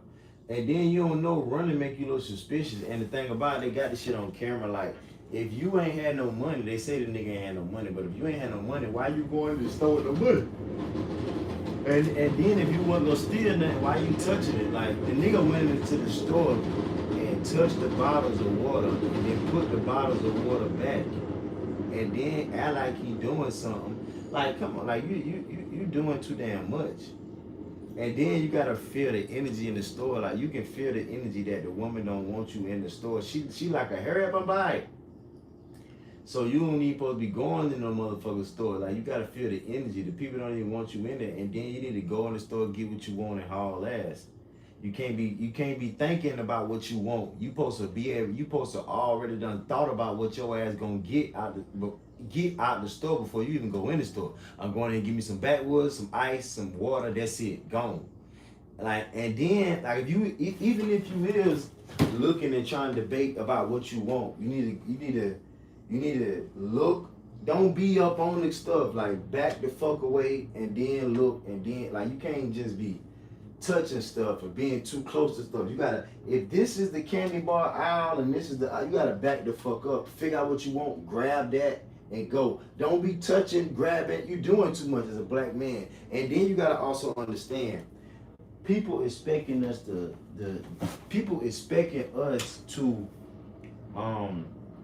like do wrong and steal and stuff. Even me, I try to dress professional. I try to be aware of my surroundings, but at the same time, I know that people, white people and stuff be expecting me to steal because I'm black. You know what I'm saying? They don't know no better.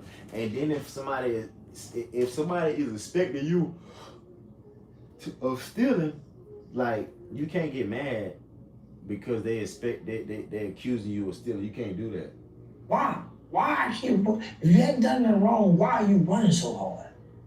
Yeah, he don't at that store. I said the same thing. He should have been running. And you known for having one. Well, Rick Child didn't know he had one. Everybody know the hoods. The hood store know everybody.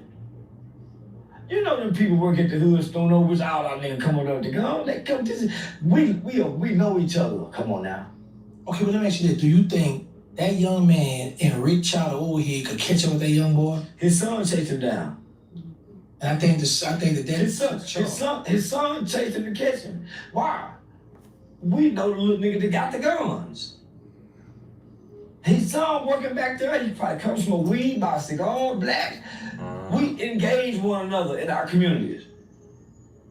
So he probably already done something. That's why, homie, Carmelo was a kid, you can look back and say, hey man, this kid don't have nobody saying nothing about him, criminal.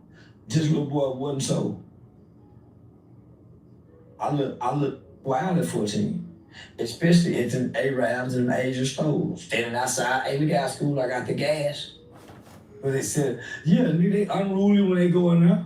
And they got the thukas in their back. So nigga, them people see that and they remember that. We acting like we don't see it. But you feel like he was justified for shooting? I didn't say that. Why you keep running? Mm-hmm. I told my son one time, during the pandemic, he snuck out, go get into. The police was at the light. My son ain't never been in trouble. We on curfew, lockdown. He just take out running because he see the police. What you run for? I don't know what police are. Police weren't paying no mind. The police still running. Yo, don't go get it.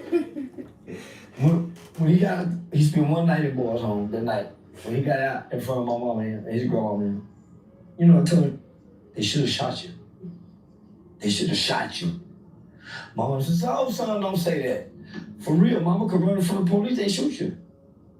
Why you running? Yeah, but he ain't know. That's why you gotta teach certain kids certain things, bro. You gotta teach kids, bro. You gotta teach kids, bro. You gotta teach them. They don't know. Because ain't nobody gonna do something that they know they shouldn't be doing. That's an extra stupid motherfucker. But most people that get caught, they ain't know. They ain't know. They didn't know. They didn't know. When you got something out, why you running? You know what got me with Carmelo Neal?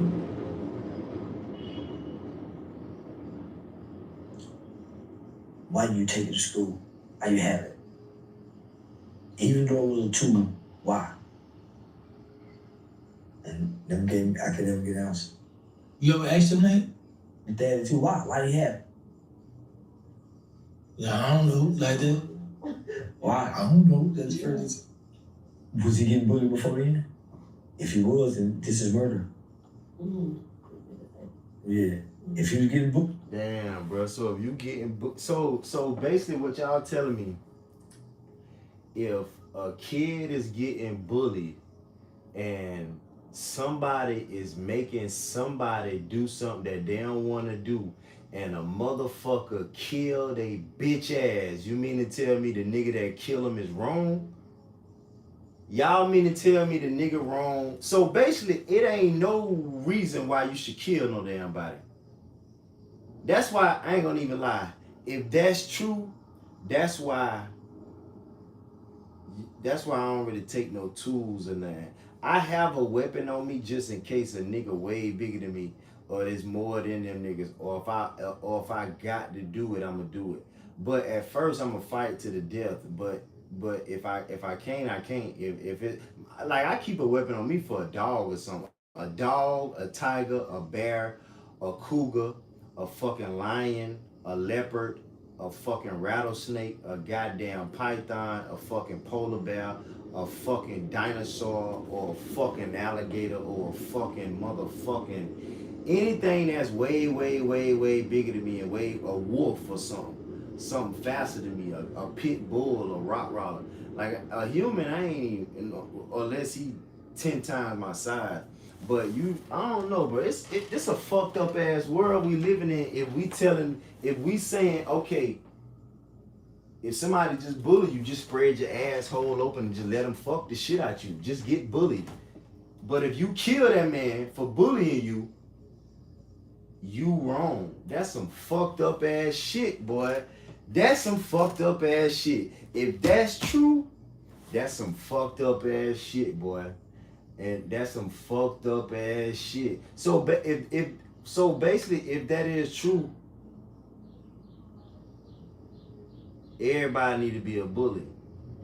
Because the bully don't get in trouble.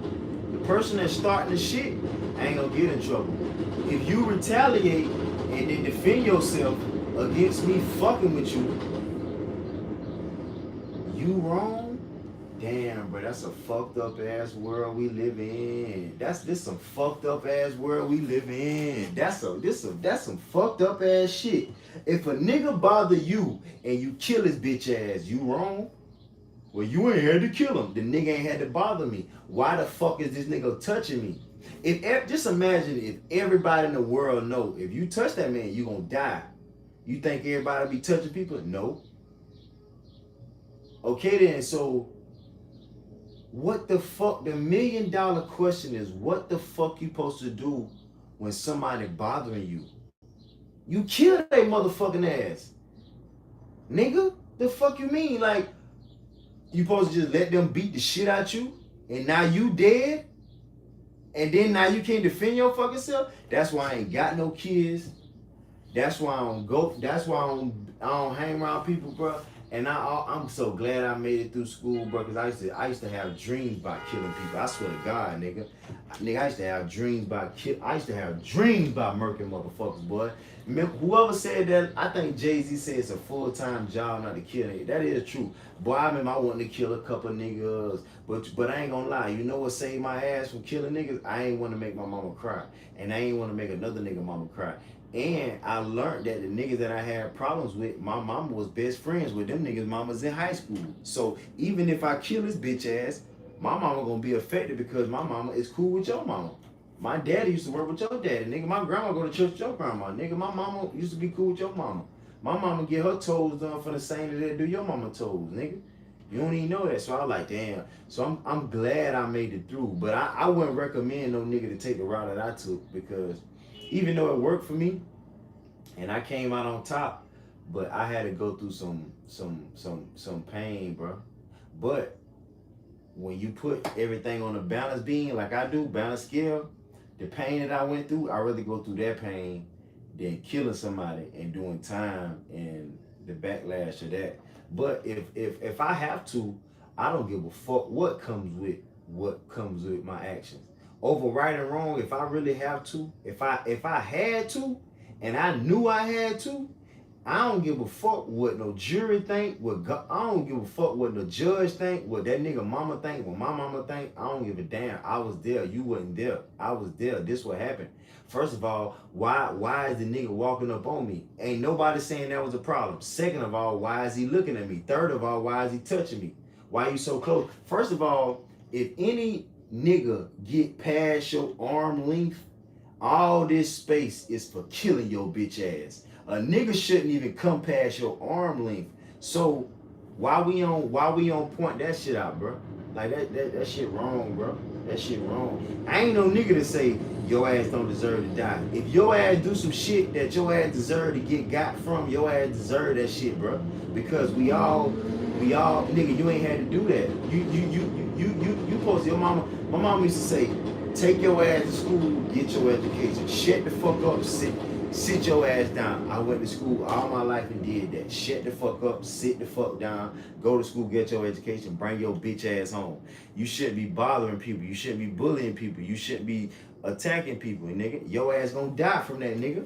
The fuck you mean, nigga? The fuck you mean, nigga? You what the fuck you think? You think you can just do something to somebody and nobody ain't gonna do nothing to you? Come on, bro. Anytime before that day, and why they pick him. So I start saying, man, they're not telling me everything.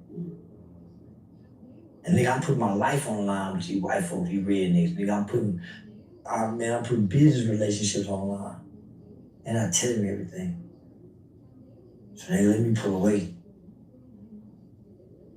And they're not telling me everything. So okay, so what would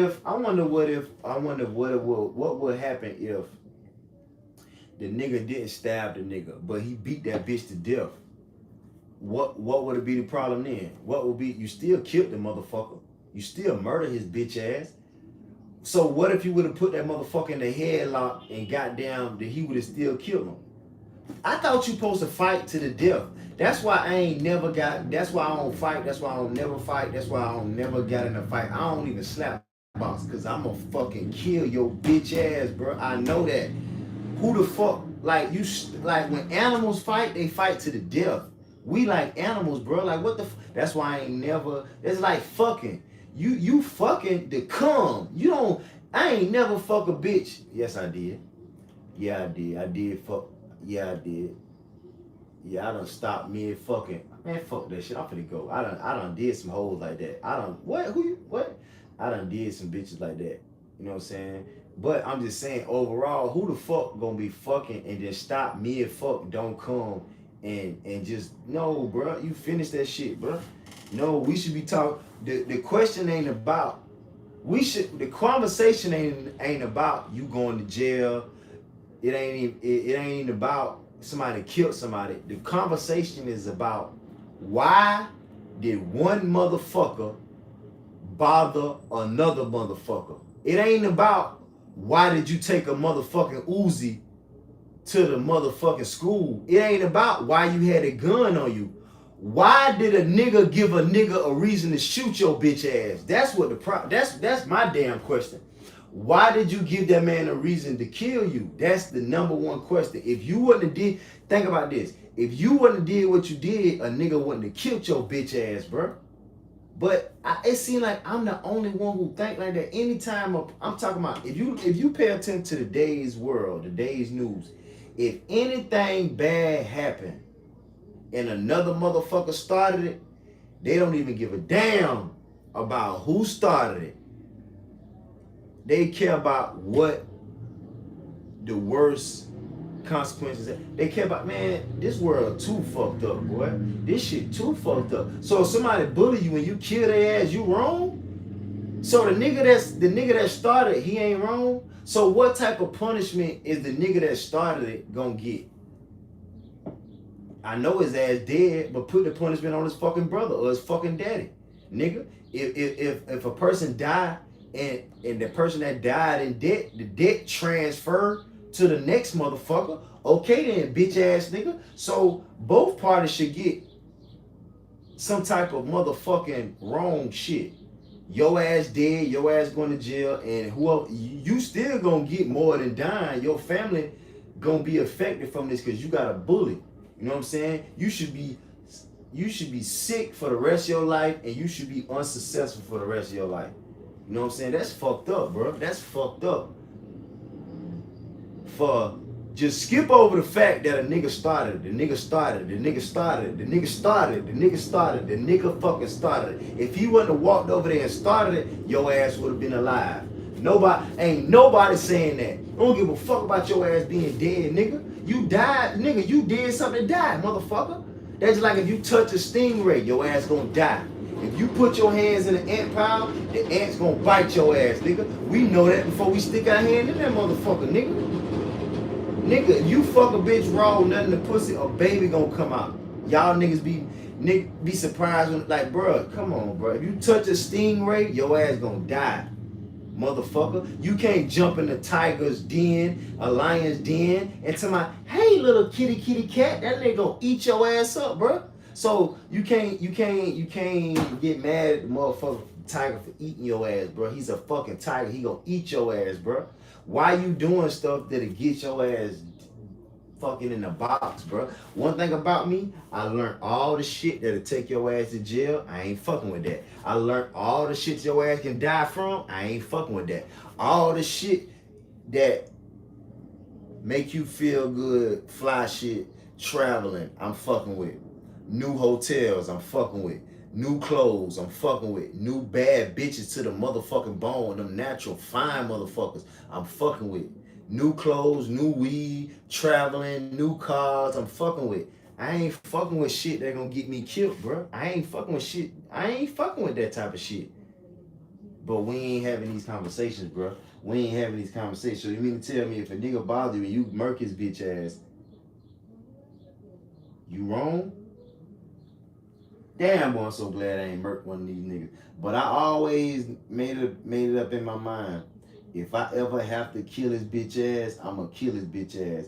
And I'm gonna sleep good because I had to. I had to. I ain't asked God to bring me in this motherfucking world for number one. Number two is that I don't bother nobody. That's another thing about me. I don't bother nobody. I don't pick problems. So if you fuck with me, nigga just hating on me. And I thank God I made it, bro. I thank God I made it, bro. But man, that shit hell, bro. That shit hell. So if a nigga bother you, you supposed to just take it. Hell no. Man, fuck it. Hope he get out of jail. Hope he get out of jail. And no man should walk around with no weapon. No man should walk around with no weapon. The fuck you doing? No girl should walk around with no weapon. Everybody should have a weapon. Every girl should have mace. Every nigga should have a knife or a gun. Why? You might run into a damn bear. Nigga, you might run into a wolf. Nigga, I used to watch the movie The Day After the Tomorrow. Them niggas ran into wolves, nigga. What you gonna do when you run into a wolf? That nigga gonna kill you. So now we got humans acting like animals. Because only animals kill. Humans, we should be loving each other. But since the world's so full of hate, everybody on some killing shit. If you come with that hate and shit, your ass gonna die. And I know that. So that's why I be with love at. That's why I go places with love at. And then since I really, really, really don't want to kill you, I'll let you embarrass me. I'll let you bitch me out. I will.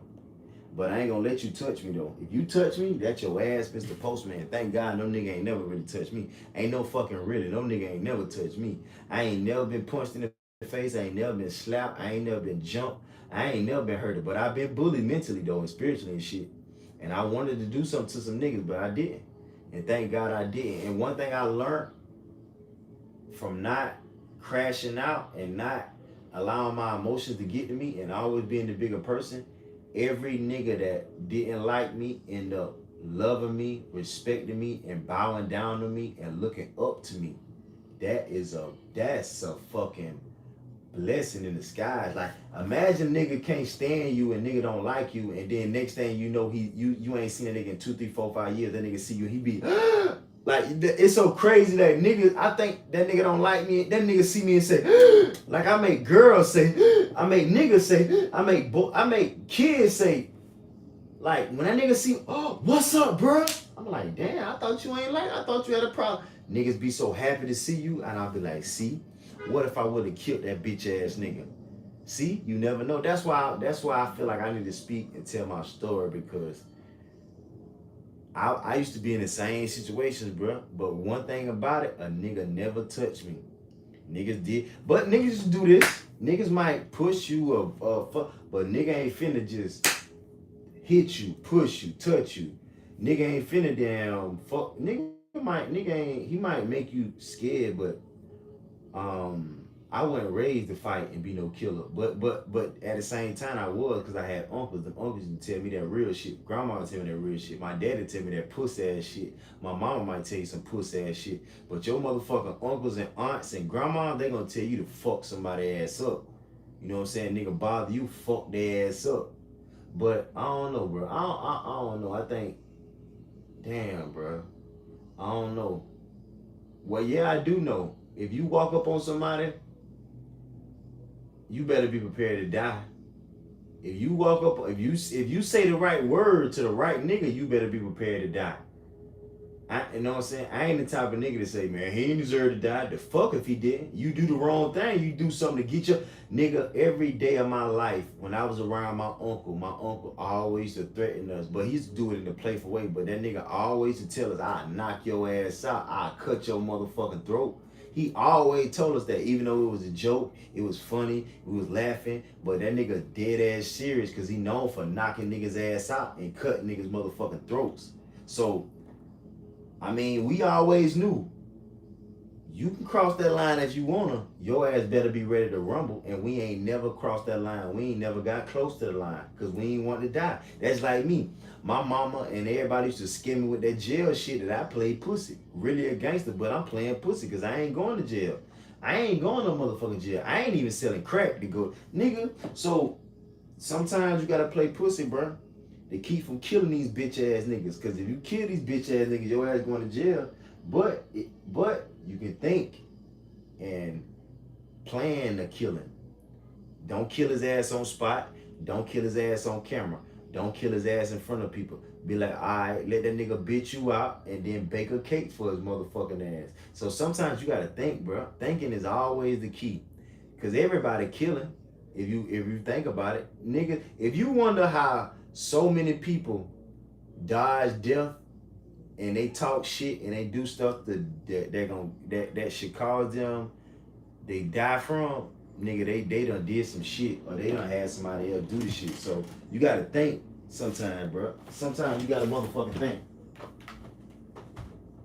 I just don't believe that if he called you and asked you to help bond him out or get a lawyer, you gonna say no. I can't, nigga. But I don't believe you'll tell him no. I have to tell him no. If a judge have to go and hide him, why would I risk that for me and my family? If a judge had to go and hide him, why would I go through this again, getting my show canceled? Cause yeah, you know what I mean? Oh yeah, I feel you. All right, so what are your thoughts on Texas man sentenced to 45 years for stealing a Lego? His priors got him. As they said, it ain't the Lego, it's what you done all the way up to now, nigga. Yeah. So, it's fair. Okay. It's fair. Okay, now we about to get into this entertainment. Just recently, and I want to know your thoughts on this. Rick Ross was caught flying commercial to Colombia. And you know, he have a jet. So you think that's something bad? Mm-mm. He probably say he's $60,000, $50,000. Fuel, pilot. Yeah. Okay. Thoughts on Drake beating Michael Jackson on a billboard? So is he the new king of pop? It's just numbers. He the king of rap right now. Drake? Yeah, he the king of rap right now. You listen to his music? Yeah. So you riding down the street bumping Drake? Yeah. You in the seats, I keep it on repeat. Oh yeah? Him in the game with that 100. Man, 100. Yeah. Yeah, I bump shit out of me. You be bumping that thun thun thun? You bump that too? What's that? Kendrick Lamar. No, I don't know about that. So just recently they showed Michael Jackson verdict on a documentary on Netflix showing his child allegation trial while his movie is set to reach $1 billion. What are your thoughts on that? Everybody make money off Mike. There's another entity making money. Man, you need to get together and do one then. No? We'll make some money. Everybody make, you said? Well, they just making up shit. Okay. They just making up shit. Just making up shit. Okay, so I'm Atari, and my channel is The Sweet Life of Atari. And I talk a lot about like gender war, like the men and the women and stuff like that. So I guess my first question is, who is the prize? Who is the prize? Yes, out of the men and the women. The one God made for her. The other one just a helper. And that's biblical. That's according to the man's Bible. Well, I didn't know the women had a Bible. Okay. Yeah, I didn't know the women had a Bible. Okay. No, you're right. So this is patriarchy, so. Yeah. Okay. So why do you feel like the man is a prize besides the Bible? Like, what do they do so special? What do men do so special? Yes. They create life. But when you look at the hospitals, it's no men in there pushing a baby out. It's only women in there pushing babies out. So I planted the seed. We put it in there. You just the dirt. I got the seed to go in the dirt. that's interesting. I got the seed to go in the dirt. So I carry the seed before you get it. So this science basically say that the woman has the egg and the man just fertilizes the egg. So and there are some women who can get pregnant without a man. I forgot what the name of the term is called, but they have something like that as well. I've never seen that happen in life. I've never seen it happen either, but there was something that took place back in the day. Is that the man saying or the woman saying? Science. So is it man science or woman science? Hold on. Listen. Okay. Because when I told you what God said, you said, is that the man's Bible? Right. The Bible has been interpreted from many different languages. I'm done, gangster. I don't have. See, hell no, that's why you can't fuck with no bitch. Look at her. See, she wanna argue. Shut the fuck up for you fuck up with Johnson White, nigga. Man, shit talk. Nigga, man, y'all, man, nigga, I ain't got time for this bullshit. Nigga, I'm finna go. Nigga, I ain't got time for this bullshit, nigga. Yeah, nigga, my mind way too intellectual to talking this bullshit ass talk. Nigga, man, come on now, we gonna be real to be real.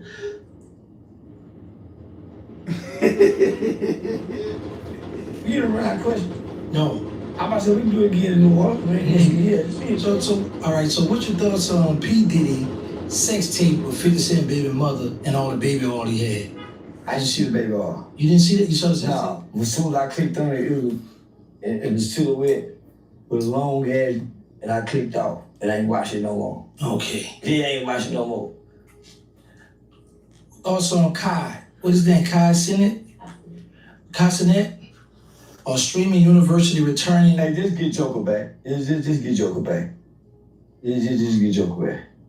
This ain't iconic. Constant streaming university. Constant streaming university, from what I've been seeing, is watered down. It's not authentic. And streaming is oversaturated. Them ain't making the money like they think they gonna make. All you doing is giving your likeness and your brand away. That's how you doing now. Yeah, because you can't go get no other kind of deals and sponsorships. Once you start streaming, nigga, you can't go get a Tito's deal. You can't get an energy drink deal. So if you 30 and older, then nigga, you got a kid chat.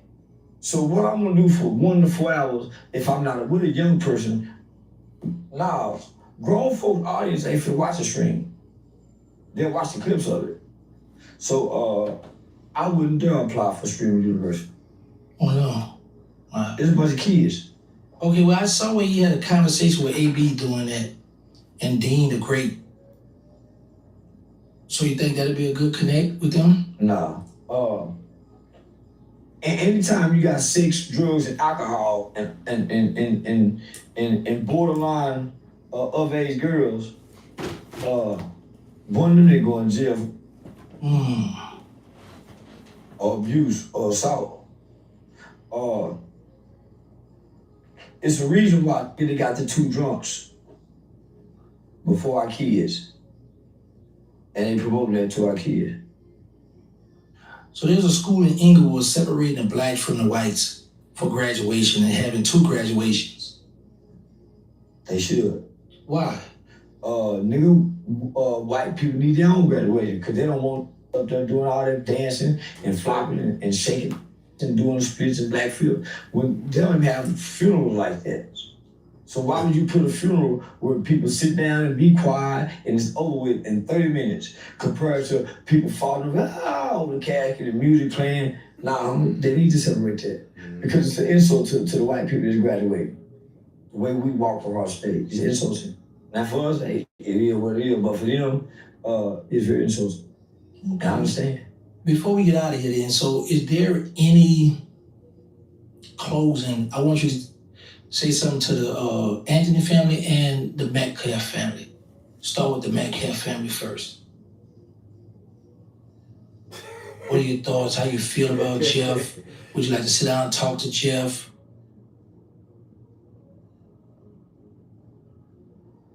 Take your time. Not so fast. Hey, hello. You don't want to say that to the family? What about the Anthony family? Nobody. All right, so what you got coming up next? A bunch of shit. The fight in New Orleans on the 19th. I got a movie role we start filming with Boomtown. The end of June. On comedy tour to the end of December. I thought you just November. You just stretched it to December. Yeah, they just added December 6th for Dallas, December 6th. Yeah, so yeah, Dallas, December 6th, I think is the last date. November 19th? Okay. Well, it'll be Nigga, I got offered a distribution deal to do a 3 album. It's more like a live comedy album. So yeah. So I'm thinking about accepting it. Okay. And kind of do like an album like DJ Khaled. You're gonna get a whole bunch of motherfuckers on it. It's gonna go crazy. Yeah. I got another fight coming up toward the end of the summer. So yeah, Where that's gonna be at? we don't know yet. Okay. Yeah, we don't know yet. So you just mentioned Hopefully Vegas. Okay, you just mentioned something coming up in New Orleans. Yeah. So you telling me you after you done went off on the city of New Orleans, you about to step foot back in that city? Yeah, I'm step back foot. Yeah. You gonna box? Yeah. I supposed to. Where you going to fight? 7 more shorty. Okay. He's on my side. Okay, yeah. Yeah. So that's gonna be a good one. I'm a little taller than me. He's on my side. Okay, so I saw you training. I thought that was something old. No, I train quite often. Okay. Yeah, I train quite often. Me and Adam 22 supposed to be going on a strip club tour. That's gonna be live. When y'all doing that? Soon, real soon. A strip club tour. Yep. Yeah. Okay, so recently I've been seeing you and Hellcat hanging out lately. What's going on with that? That's my new buddy. Hellcat. Yeah, my new buddy. Yeah. Do you have anything to say to? I see you've been bumping heads with certain people out in Houston. You got anything you want to say to any of those people before we get out of here? Nah, them niggas some hoe ass niggas. Yeah. Many niggas that nigga done got into it with online and he ain't done nothing to now, nigga. Boy, he a jailhouse. He a jailhouse nigga. Joking, talk loud, and ain't gonna do my thing. I know what it was I wanted to end it with. You were supposed to do what that is in California or something, and Boosie backed out of it. Wildin' Out. Wildin' Out. Brooklyn. Now, I don't know why he backed out of it, because I turned it down before he backed out. So I don't know why he backed out. I turned it down. Because they wanted to give me $5,000 homie, to do Wildin' Out at the Barclays Arena in New York. Not big that is, the Barclays. So when I signed down, it went up to 10. Nah. So I don't know why he quit. He could stay on. He might have wasn't aware of it, so now he done messed up his whole gig trying to stand on street bid. I think he was aware, huh? You think so? Yeah. Man, all right. But you got any shot before we get out of here? Because I said, nigga, when they offered it to him, I said, nigga, that nigga ain't gonna do nothing with me. He said, man, we already talked for him. So what they told me, they had already got permission from him when they brought it to me. So, Boosie lying. Boosie lying. Oh, okay. All right, man. That nigga lying, nigga. At least 2 days before he made that video, I was out. Yeah, I said, nah, nigga, I ain't doing that shit. Cause they playing on me, nigga. You know, motherfucker offered me and Boosie $1 for something. Why would I take $5,000 when me and nigga get paid? Yeah. So I said, nah, I'm out. Okay. No, you already backed out and he told me, I know what I don't want. Yeah. So he playing for the camera. He flat out lying to the camera. Bitch ass nigga. Yeah, bitch ass nigga just lying to the camera. Yeah, nigga. All right, bro, man. Thank you for coming through. Yeah, nigga, I've been flying for days to get here. All right, bro. We out of here. Yes, sir. You sure you don't want to holler at Jeff, huh? Shit, nah. Man, motherfucker need to leave Jeff alone, huh? See, we playing. The man really buried the son. So, I ain't got no business fucking with that man, my nigga. In real life, if I'm a father and I look at my son, I ain't got no business bothering the man who buried his son, who came to make peace. That man came in peace, my nigga. What you mean when you say he came in peace? He showed up to the day after his son was killed. He showed up to a press conference, all black people.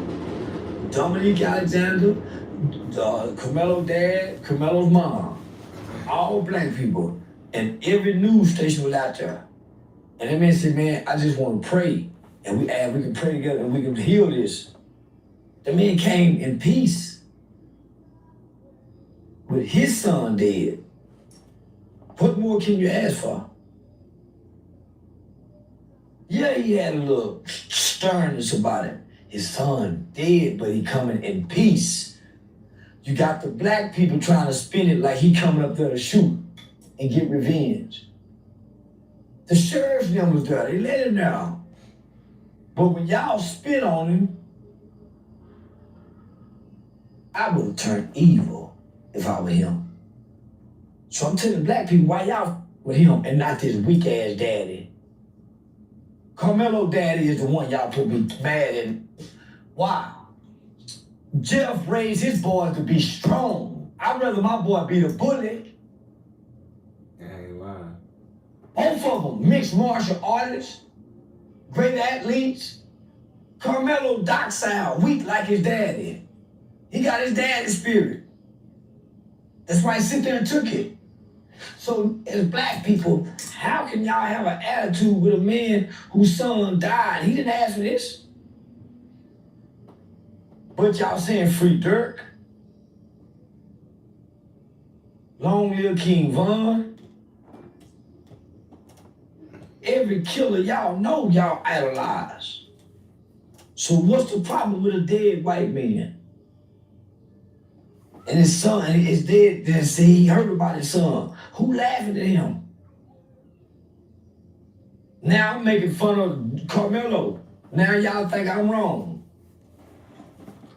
Everybody pick on weak. His daddy weak. Carmelo was weak. Everything in nature that's weak get picked on. So the money you gonna make this off the shirt, you gonna give Carmelo some of that? Nope. Give him shit. Man, You know how much? I thought he was gonna do that. I thought he was gonna I thought he was gonna look out for the family. He said, fuck that shit. You care that family for the last year? Y'all give him some. Let me get my money back. I took care of the family for a year. Bought him shoes.